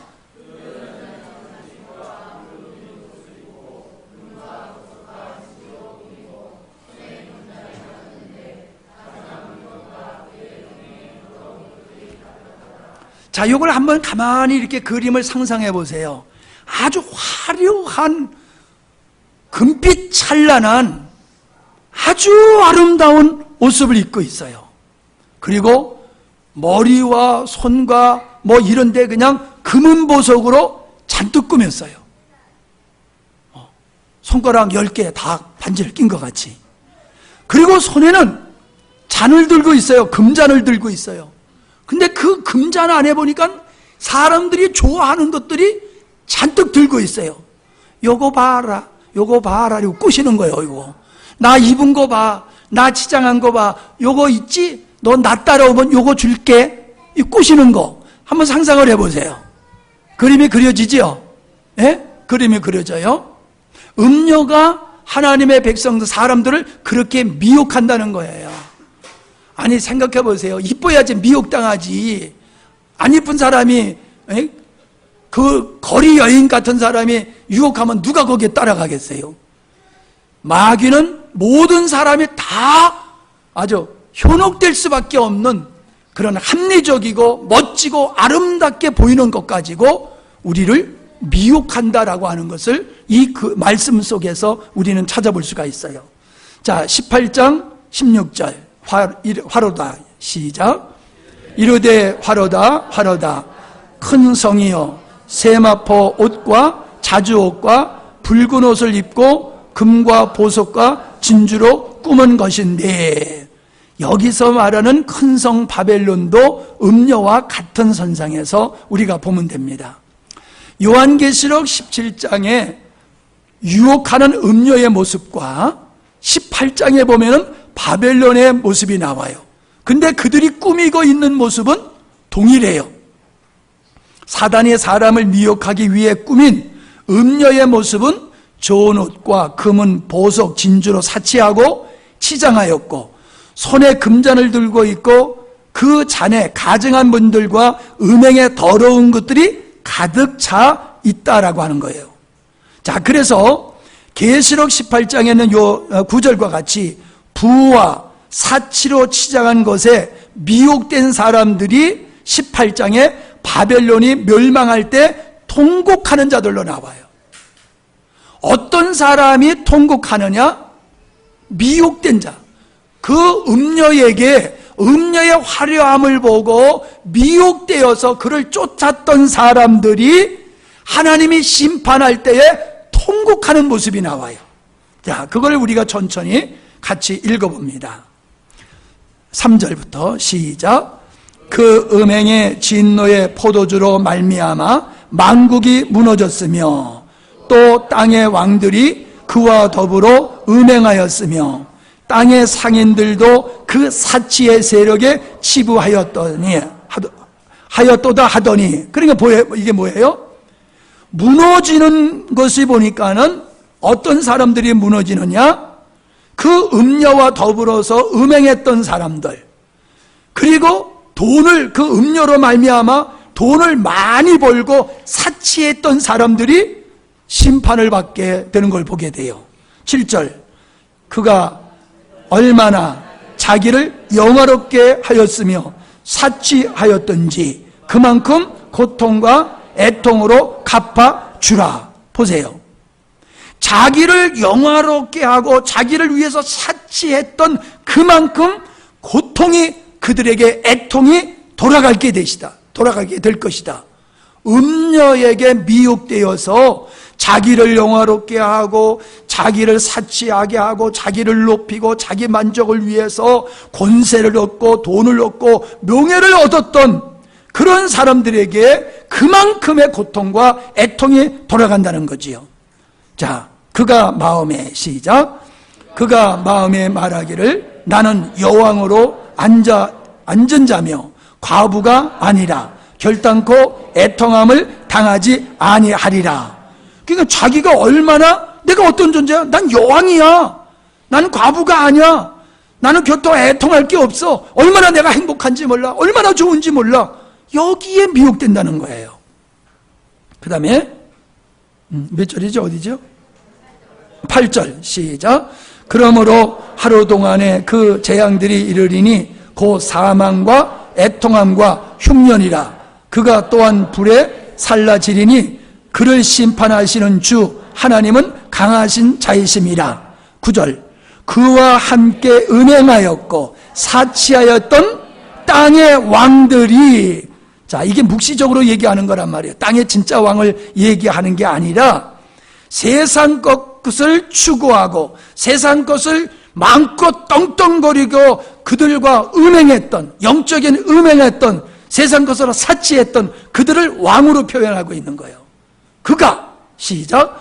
불타는 연기를 보고 위하여 울고 가슴을 치며 이르되 화로다 화로다 큰 성이여 세마포 옷과 자주옷과 붉은 옷을 입고 금과 보석과 진주로 꾸민 것인데 그러한 부가 한 시간에 망하였도다. 모든 선장과 각처로 다니는 성객들과 선원들과 바다에서 일하는 자들이 멀리 서서 그 불타는 연기를 보고 외쳐 이르되 이 큰 성과 같은 성이 어디 있느냐 하며 티끌을 자기의 머리에 뿌리고 울며 애통하며 외쳐 이르되 화로다 화로다 이 큰 성이여 바다에서 배 부리는 모든 자들이 너희의 보배로운 상품으로 치부하였더니 한 시간에 망하였도다. 이렇게 생각하면 되는 거예요. 롯의 처가 아주 그 소돔과 고모라 성에서 화려하게 살다가 그것을 타는 것을 보고 애통해 하잖아요. 그래서 소금기둥이 되잖아요. 그와 똑같은 현상이에요. 세상의 부와 영화와 쾌락을 자기 만족을 위해서 세상 것을 잔뜩 쌓고 살던 사람이 그게 불타없어지는 걸 보고 통곡한다는 거예요. 무슨 얘기예요? 하나님의 목적이 아니고 나를 목적으로 삼아서 세상 것을 탐닉하며 살던 그가 자기가 추구하던 것이 멸망당하는 걸 보면서 애통하는 거예요. 그러니까 누가 이 심판의 대상이냐라고 하는 것이 보이잖아요. 음녀의 화려함, 세상의 화려함을 보고 따라가는 자, 사람의 여자들을 보고 아름답게 보고 따라갔잖아요. 마지막 시대에 그 세상 음녀를 말하는 거라고요. 세상의 그 음녀를 보고 세상의 사치와 권세와 명예를 보고 부와 영예를 보고, 그래서 여기 상인, 선원, 왕 이런 걸로 표현하는 거예요. 그들이 멸망당하게 되어지는 것을 이 18장의 바벨론이 멸망되는 것을 그렇게 표현하고 있음을 보게 됩니다. 68페이지. 사단은 세상의 것으로 사람들의 마음과 믿음을 빼앗아 간다. 부하고 출세하려는 삶이 죄가 아니라 생각하지만 그것이 나를 위하여 그것들이 목적이 되고 힘으로 삼고 만족의 근원이 된다면 하나님을 떠나는 삶이 되는 것이며 음녀에게 미혹된 삶이 되는 것이라는 거예요.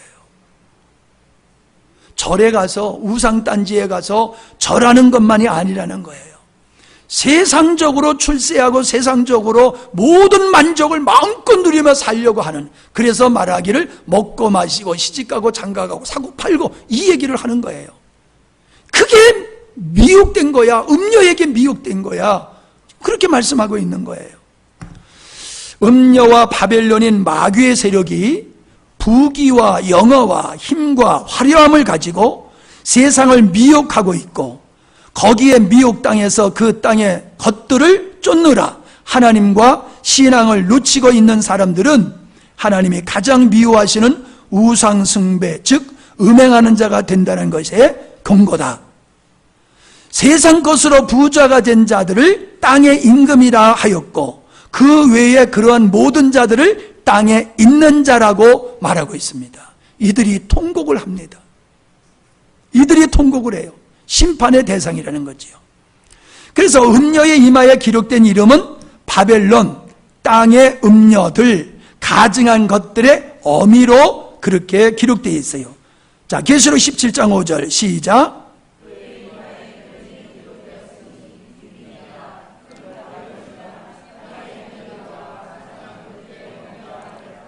예, 음녀란 사람을 가리키는 것이 아니라 하나님을 부정하고 하나님의 백성들을 핍박하는 모든 세력의 총칭인 바벨론을 말하는 것이며, 땅의 음녀들이란 세상의 것들로 미혹하는 것으로 부와 사치와 명예와 권세들을 말하는 것이며, 가증한 것들과 더러운 것들이라는 것은 우상 숭배를 하게 하는 근본되는 것이기 때문에 어미라고 말씀하고 있다는 것이에요. 자, 이런 것들을 이기지 못하는 사람들이 곧 짐승에게 절한 사람이다. 짐승의 표 666표를 받은 자라고 성경은 말하고 있다. 성도를 미혹하는 것들을 음녀라고 하고 미혹된 행위를 음행이라고 성경이 말하고 있다는 거예요. 69페이지, 짐승에게 절하는 것과 짐승의 표를 받는 것은 음녀에게 미혹되어 음행하는 것이며 세상과 혼합된 상태인 것이다. 이처럼 세상과 혼합된 사람들은 심판을 받는 것이다. 요한계시록 19장 2절에 보면 땅을 더럽게 한 음녀가 심판을 받게 된 후에 어린 양의 혼인잔치가 시작됨을 보게 된다.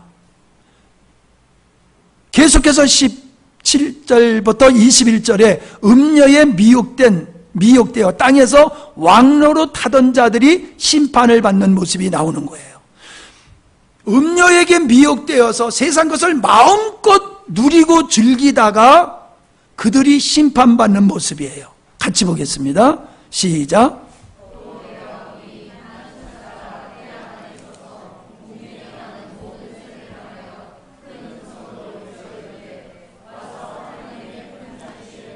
보세요.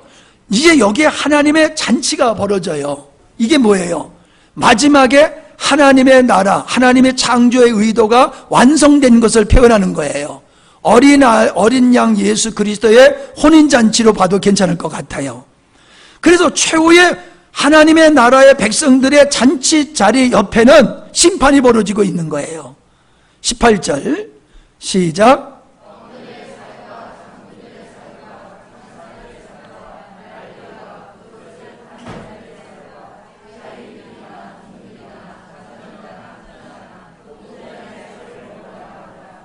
자, 그들을 세상 것으로 말미암아 먹고 마시고 음행했던 그들이 심판을 받는데, 그들의 살을 먹어라.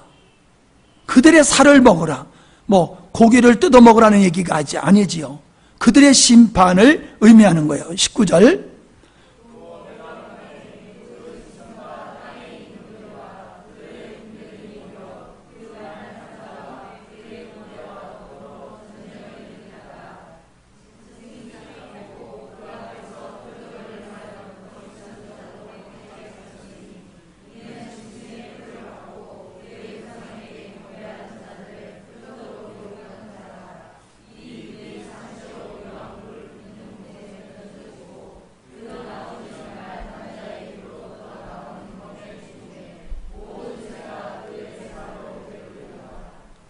자, 여기 보세요.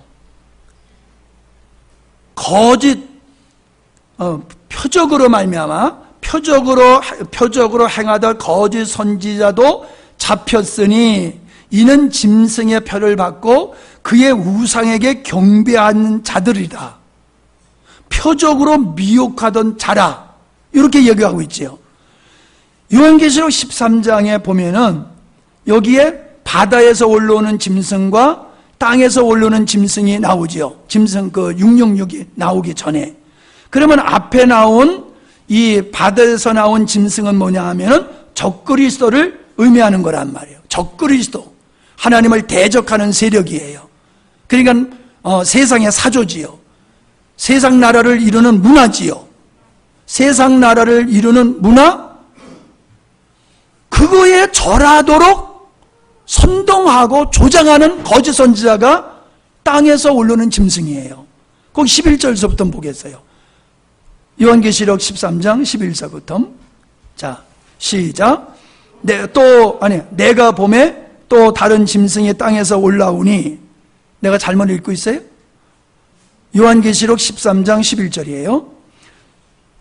내가 봄에 또 다른 짐승이 땅에서 올라오니 새끼 양, 나는 옛날 성경이에요. 새끼 양같이 두 뿔이 있고 용처럼 말하더라. 저가 먼저 나온 짐승의 모든 권세를 그 앞에서 행하고 땅과 땅에 거하는 자들로 처음 짐승에게 경배하게 하니, 그게 뭐예요? 처음 짐승이 뭐예요? 적그리스도의 세력, 세상의 사조, 세상 나라를 만드는 문화를 얘기하는 거예요. 예? 이거에 절하게 한다는 거예요. 굴복하게 한다는 거예요. 경배하게 하니 곧 죽게 되었던 상처가 나은 자라.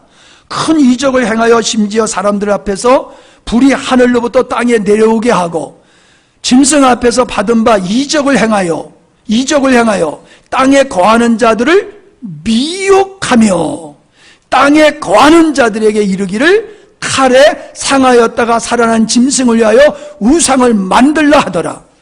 저가 권세를 받아 그 짐승의 우상에게 생기를 주어서 그 짐승이 우상으로 말하게 하고 또 짐승의 우상에게 경배하지 아니하는 자는 뮤치듯이 다 죽게 하더라. 계시록 19장 17절에서 우리가 읽은 요것과 똑같잖아요.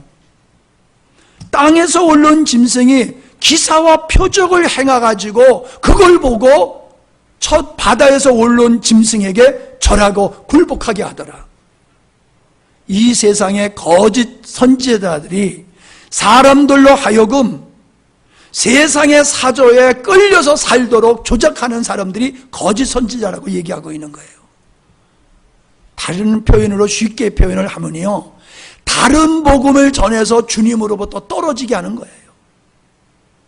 하나님을 바라보지 아니하고 자기를 우상으로 삼고 자기 만족을 위해서, 자기 쾌락을 위해서 살도록 조장하는 사람들이 거짓 선지자라는 거예요.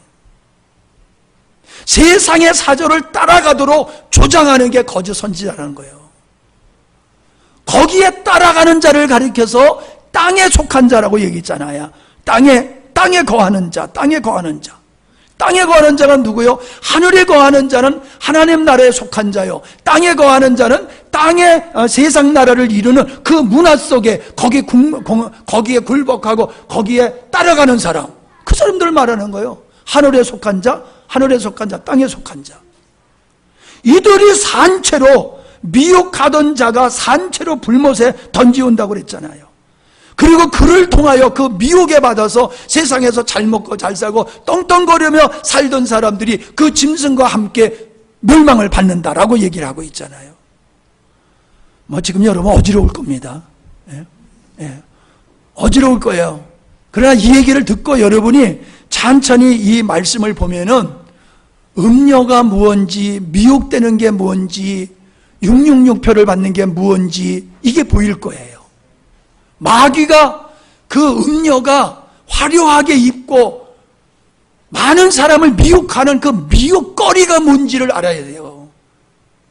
먹음직스럽고 보함직스럽고 아주 탐스럽게 보이는 그게 뭐냐는 거예요. 그래서 철없는 성도들이 분별하지 못하고 그 화려함을 보고 따라가다가 불나방이 불 보고 화려함을 따라가다가 타 죽듯이 좁은 길, 좁은 문, 좁은 길을 가야 할 성도들이 화려한 세상의 길을 쫓아서 간단 말이에요. 믿음의 고난의 길을 가는 게 아니라 믿음을 가져서 세상에서 부귀영화를 누리려고 하는 이 잘못된 신앙을 하고 있는 사람들이 어떤 사람이요? 그 사람들이 마귀에게, 음녀에게 미혹된 사람들이요, 666을 받은 사람들이요, 그들과 함께 불못에 들어갈 자라고 말씀하고 있는 거예요. 잔치상에 잔치거리가 차려져 있듯이 지금은 그들이 누리는 것이 그때는 통곡하게 될 것이라는 거지요. 그러니 여러분, 우리가 정신 차리지 아니하면은 큰일 나는 거지요. 큰일 나는 거지요. 내가 미혹됐는지도 모르고 그냥 사람들은 나 예수 믿고 얼마나 내가 부자 됐는 줄 아느냐, 얼마나 내가 출세한 줄 아느냐, 잘 됐다. 여러분, 그게 축복이 아니에요. 내가 축복이라고 생각한 것 때문에 주님이 멀어지는 게 얼마나 많습니까? 심지어 이제 쉽게 얘기하면 바빠서 못 나갔어요. 그래. 왜 예배 못 나왔어요? 이러면 바빠서요. 바쁘다는 건 축복받았다는 얘기죠. 할 일이 많잖아요. 농사도 많이 져야 되고 장사도 많이 해야 되고 바쁘잖아요.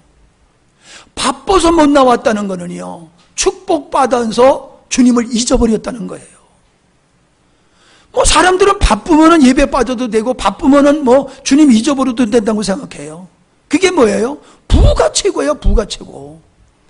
마귀들은요, 이 세상의 사전은요, 음녀가 사람들의 정신을 정복해버리는 거예요. 내가 세상에 가서 모든 걸 가지면은 너는 행복할 것이다. 너는 승리자다. 그렇게 유혹을 해요. 그래서 하나님까지 이용해가지고 세상 것으로 치장하고 세상 것으로 무장하려고 하는 이런 사람들이 이게 666표 받은 사람이고 마귀에게, 음녀에게 미혹된 자라는 거예요. 그렇게 세상 것으로 화려하게 치장한 것을 가리켜서 바벨론이다 이렇게 얘기하고, 그 바벨론이 하나님께서 그 바벨론을 심판하는 모습. 근데 이 바벨론이 공교롭게도 보세요. 저 창세기로 올라가면은 나오잖아요. 니무롯이 세우고 그 후에 바벨탑을 쌓잖아요. 바벨탑을 쌓고 만든 나라가 바벨론이잖아요. 인간이 쌓은 그 바벨탑, 바벨론이, 그 나라가 심판을 받잖아요. 마지막에 심판받는 게 바벨론이라는 거예요. 그건 땅의 바벨론을 얘기하는 게 아니에요. 하나님을 등지고 세상 것으로 자기를 화려하게 만들고 하나님과 같이 영광을 누리는 그들을 바벨론이다, 음녀에게 미혹된 자들이다, 그들이 마지막에 심판받을 자다, 그렇게 얘기하고 있는데 그런 쪽으로 성도들이 가고 있단 말이에요. 그런 쪽으로. 그러나 어린 양의 신부는 뭐라 그랬어요? 큰 환난 날에 입은 게 흰옷밖에 없어요. 흰옷 입밖에 없어요. 흰옷을 입어야 되는데 흰옷은 관심 없고 화려한 옷을 선택하는 게 오늘날 성도들이요. 그러니까 하나님을 믿는다고 하면서 반대길을 가는 거예요. 반대길을. 하나님을 믿는다고 하면 흰옷을 입어야지 왜 세상에 화려한 옷을 입으려고 드냐 말이에요. 예? 근데 우리는 그걸 보고 축복받았대. 그 축복이라고 하는 것 때문에 하나님을 까맣게 잊어버리고 사는데, 하나님과 전혀 상관없이 사는데, 교회는 나와도 형식적으로 예배드리는 거지 주님 사랑하는 마음도 없고 주님 기뻐하는 마음도 없고, 주님 오신다고 하면 깜짝 놀랄 거고, 걸려 죽을 거라 그러면 그냥 죽기 싫어서 벌벌벌 떨고, 그게 무슨 예수 믿는 사람이에요? 우리는 이 땅에 가라지가 얼마나 많은지 몰라요. 근데 나는 가짜라고 다들 생각 안 해요. 그런데 나는 가짜라고 우기고 싶지는 않지만은 가짜와 같은 행동들을 너무 많이 하고 있더라는 거지요. 그러니까 나는 믿을 수가 없어요. 70페이지 이제 끝나갑니다.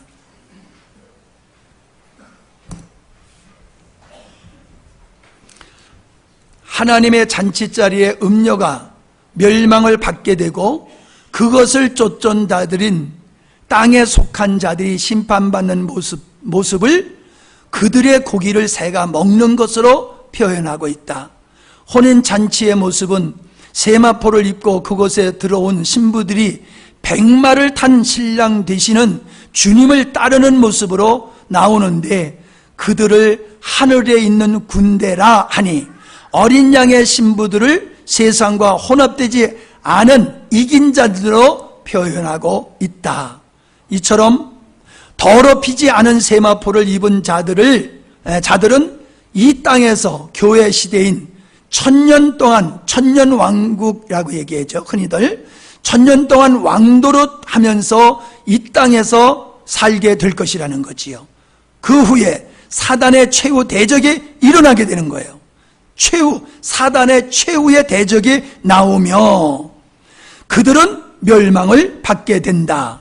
그래서 앞에서 우리가 읽어본 그 67페이지의 요한계시록에 여기 보면은 그게 나오지요. 몇 절에 나오는가? 네, 19절 보세요. 19장 19절에 보면은 또 내가 봄에 그 짐승과 땅의 임금들과 그들의 군대들이 모여 그 말탄 자와 그의 군대와 더불어 전쟁을 일으키다가 짐승이 잡히게 돼요. 그리고 큰 표적을 행하던 거짓 선지자도 함께 잡히게 되는 거죠. 패배가 되는 거예요. 그래서 우리는 흔히들 뭐라고 얘기하냐면 마지막 세대가 되면은 아마겟돈 전쟁이 일어날 것이다. 이렇게들 많이들 얘기하거든요. 그 아마겟돈 전쟁이라는 건 저는 그렇게 보질 않아요. 이제 성경을 이제 시간이 없으니까 끝나는데요. 하나님을 대적하는 모든 세력의 총동원해서 하나님을 대적하는 거예요. 아마겟돈 전쟁이라고 하는 것이 하나님을 대적하는 모든 세계가 하나로 딱 뭉쳐가지고 하나님을 대적하는 그때가 온다는 거예요. 지금 그 조짐이 일어나잖아요. 그런 조짐이 두드러게 일어나는 조짐이 바로 동성애라고 하는 거예요. 동성애라고 하는 것을 중심으로 해서 세계가 하나님을 대적하는 세력들이 다 응집이 되어 가고 있어요. 모든 세상에 다 종교 인종을 초월해서 이쪽으로 지원하는 사람들이 하나로 뭉쳐요. 그래서 하나님을 하나님을 믿는 사람들은 어느 대상이고 간에 다 공격의 대상으로 지금 가고 있잖아요. 이게 시작점이에요. 저는 이러한 모습이 이 정치적으로나 문화적으로나 경제적으로나 이게 심화될 거라고 믿습니다. 그래가지고 이 세상의 모든 정치와 문화와 경제가 하나님을 대적하는 사람들과 충돌이 일어나는 거예요. 그러면 하나님을 믿는 사람들은 이 땅에서 어려움을 당하게 되지요. 그게 매매하기가 어렵게 될 것이라는 거예요. 하나님의 백성들 힘들게 될 거라는 거예요. 그러니까 말했잖아요. 큰 환난에서 나오는 자들이라.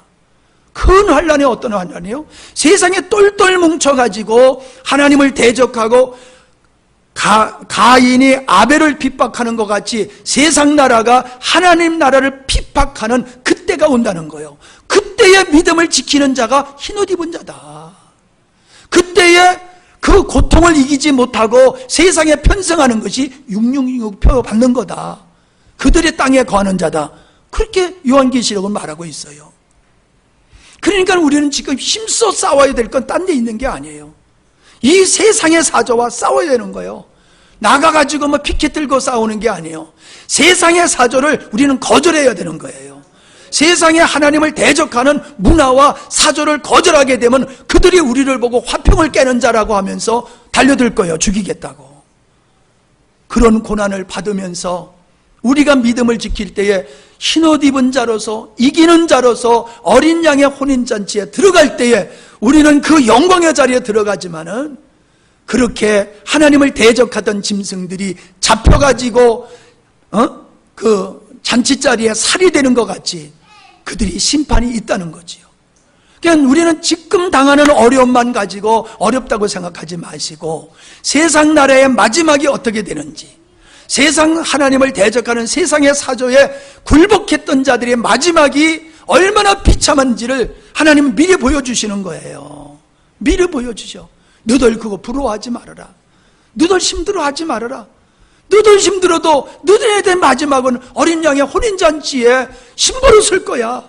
신부는 깨끗해야 돼. 믿음을 지켜야 돼. 세상과 혼탁하지 말고 혼합하지 말고 믿음 지켜. 그거 지키는 자가 어린 양의 신부로서 서게 되는 거야. 그러나 그걸 극복하지 못하고 지혜롭지 못한 자녀라 꾸벅꾸벅 졸다가 신랑이 온든 때 기름 준비 안 돼가지고 쫓겨났잖아요. 그와 같이 참지 못하고 견디지 못하고 세상의 풍조에 굴복해버리게 되어지면은 불행하게 된다는 거지요. 그러니까 하나님은 우리에게 마지막의 모습을 보여주시는 거예요. 미리 앞으로 있을 최후의 승리의 그 영광을 우리에게 보여주면서 참아라, 인내하라, 믿음을 지키라. 할렐루야. 지금 그렇게 위로하시는 거예요. 요한계시록이 우리에게 소망을 주고 위로를 주는 거예요. 미움받지 마라. 그거 독약이야. 그거 먹으면 죽어. 우리가 세상을 볼 때 그렇게 독으로 보여야 돼요. 이거 먹으면 죽는다. 이런 인식이 있어야지 미혹이 안 되죠. 그럼 한번 먹어볼까? 죽나 안 죽나 먹어볼까? 한 번 먹으면 회원하지를 못해요. 끝나는 거예요. 그래서 제가 이렇게 이제 말씀을 마무리 짓고 가게 되는데, 자, 70페이지. 이처럼 더럽히지 않은 세마포를 입은 자들은 이 땅에서 교회시대인 천년왕국 동안 왕노릇하게 되며 그 후에 사단은 사단의 최후 대적이 나오며 그들은 멸망을 받게 된다. 그리고 옛 하늘과 땅은 없어지고 생명책에 기록되지 못한 자들은 영원한 불못으로 들어가게 되어진다는 거지요. 그래서 그 말씀을 쭉 있습니다만은 이제 그건 뛰어넘겠어요. 요한계시록 21장 27절과 22장 15절에 지옥 갈 자들을 명확히 밝히고 있다. 그들이 누구냐? 모두 세상과 혼합된 자들이다. 음녀의 미혹을 받아서 세상과 혼합된 자들이 지옥 갈 자라고 말씀하고 있는 거예요. 자, 그 밑에 있습니다. 시작. 무엇이든지 속된 것이나 가증한 일 또는 거짓말하는 자는 결코 그리로 들어가지 못하되. 자, 보세요. 거짓말하는 자가 누구예요? 미혹해서 야, 세상에 잘 먹고 잘 사는 게 최고야. 하나님의 은혜로 잘 먹고 잘 살아. 그래서 은혜라고 하는 것에 빠져가지고 주님 잊어버리게 만드는, 이게 거짓말이에요. 이게 거짓말이에요. 신앙의 목적을 하나님으로 삼지 않게 하고 천국 가게 함으로 하나님까지 이어먹게 하는, 이렇게 가리키는 자들이 거짓말하는 자들이에요. 우리끼리 말하는 거짓말이 아니에요. 진리를 왜곡해가지고 다른 복음을 전해서 사람들로 하여금 짐승에게 굴복하게 미혹하는 사람들을 거짓말하는 자라고 얘기하고 있어요. 속된 것, 가증한 건 뭐예요? 한번 여러분 가만히 생각해 보세요. 속은 일이지만은 겉으로 양의 포장을 한 것 같이 하나 그리스도의 이름으로, 늘 그리스도의 이름으로 얘기하지만은 그 안의 중심은 하나님이 목적이 아니라 인간을 목적으로 삼고 살아가는 이런 메시지들, 이런 메시지들이 가증한 거예요. 우상하게만 절하는 게 아니에요. 교묘하게 사람들을 세상의 사조에 굴복하게 하고 세상을 따라가게 하는 이런 것들이 가증한 거란 말이죠. 그래서 뭐라 그랬어요? 결코 그리로 들어가지 못하되 오직 어린 양의 생명책에 기록된 자들만 들어가리라. 22장 15절 시작. 개들과 점성가들과 음행하는 자들과 살인하는 자들과 우상숭배자들과 및 거짓말을 좋아하며 지혜는 자는 다 성 밖에 있으리라. 이게 다 영적인 하나님 앞에 반대되어지는, 하나님을 대적하며 살아가는 삶을 표현하고 있는 거예요. 이런 사람들은 성 밖에 있으리라. 천국에 못 들어간다는 거지요. 결론적으로 성도는 세상의 미혹을 받아 혼합되지 말아야 한다. 예수님을 믿는다고 하면서 세상과 혼합되는 것, 즉 세상을 사랑하는 것은 하나님께서는 인정하시지도 않는다는 것을 잊지 말자. 이스라엘 백성들은 하나님을 섬기면서 우상도 함께 섬겼음을 기억하자. 주님을 섬긴다고 하면서 주님과 세상을 함께 섬길 때 주님은 그것을 인정하지 아니하셨음을 기억하자. 단순하게 그냥 예수를 믿으면 천국 간다라고 하는 이 단순함에 빠져가지고 실제적으로는 내가 세상을 사랑하고 땅에 속한 자로 살아가면서 그냥 회개도 하지 아니하고 내가 예수님을 구세주로 인정하기만 하면 간단다는 이 거짓말에 빠져가지고 신앙생활을 하는 사람이 없기를 바랍니다. 예수를 믿으면 구원받는 게 맞습니다. 그러나 예수 믿는 사람은 반드시 회개한 사람입니다. 회개하지 아니하고 예수 믿는 사람은 거짓말쟁이에요. 회개가 뭐예요? 돌이키는 거예요. 나를 목적으로 삼고 내가 주인으로 삼고 나를 화려하게 갖고 세상 것으로 나를 만족으로 삼고 세상 것으로 내가 높여지고 추앙받고 인기 있고 이렇게 살고자 그것을 출세라고 성공이라고 여기는 사람들, 거기서 돌아서는 거지요.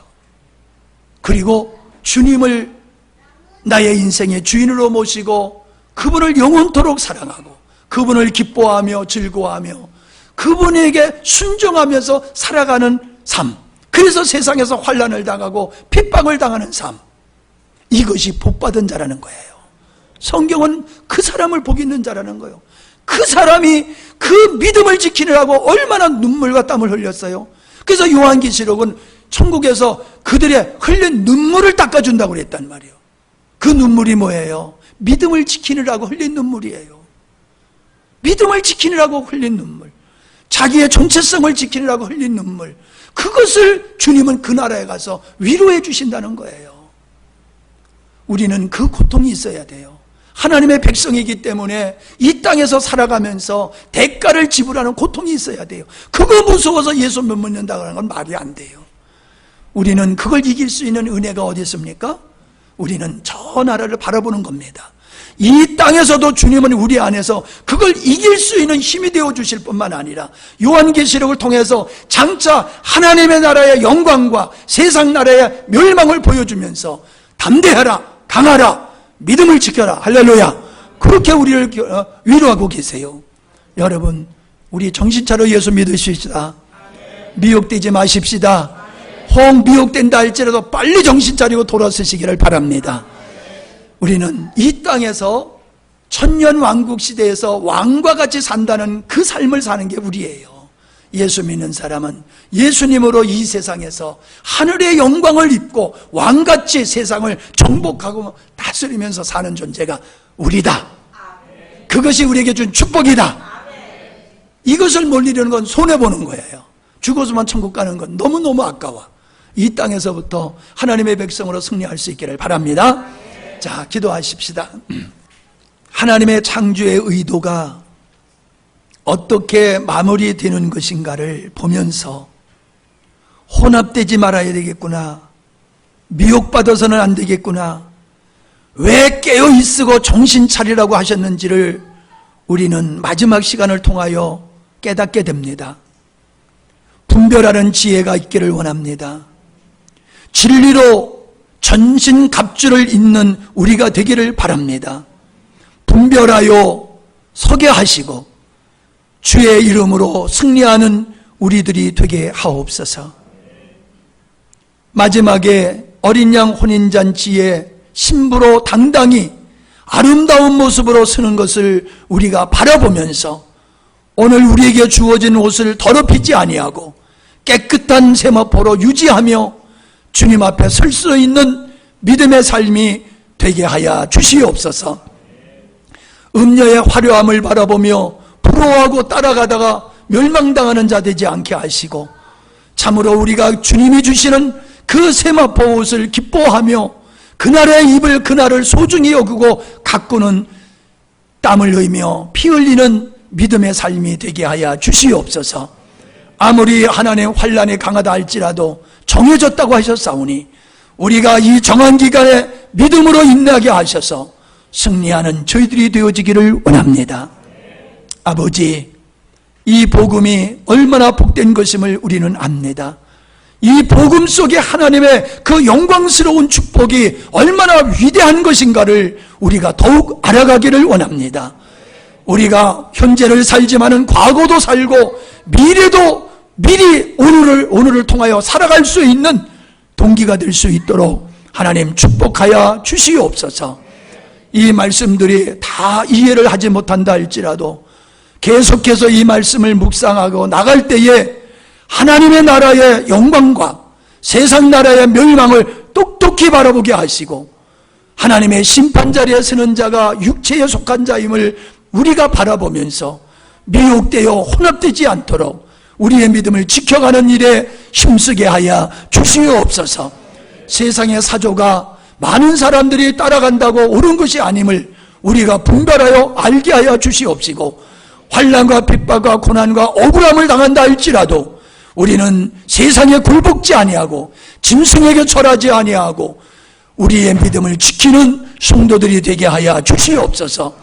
아무리 우리가 가는 길이 힘들고 어렵다 할지라도 주님 손잡고 주님과 함께라고 하면은 우리는 넉넉히 승리할 줄로 믿습니다.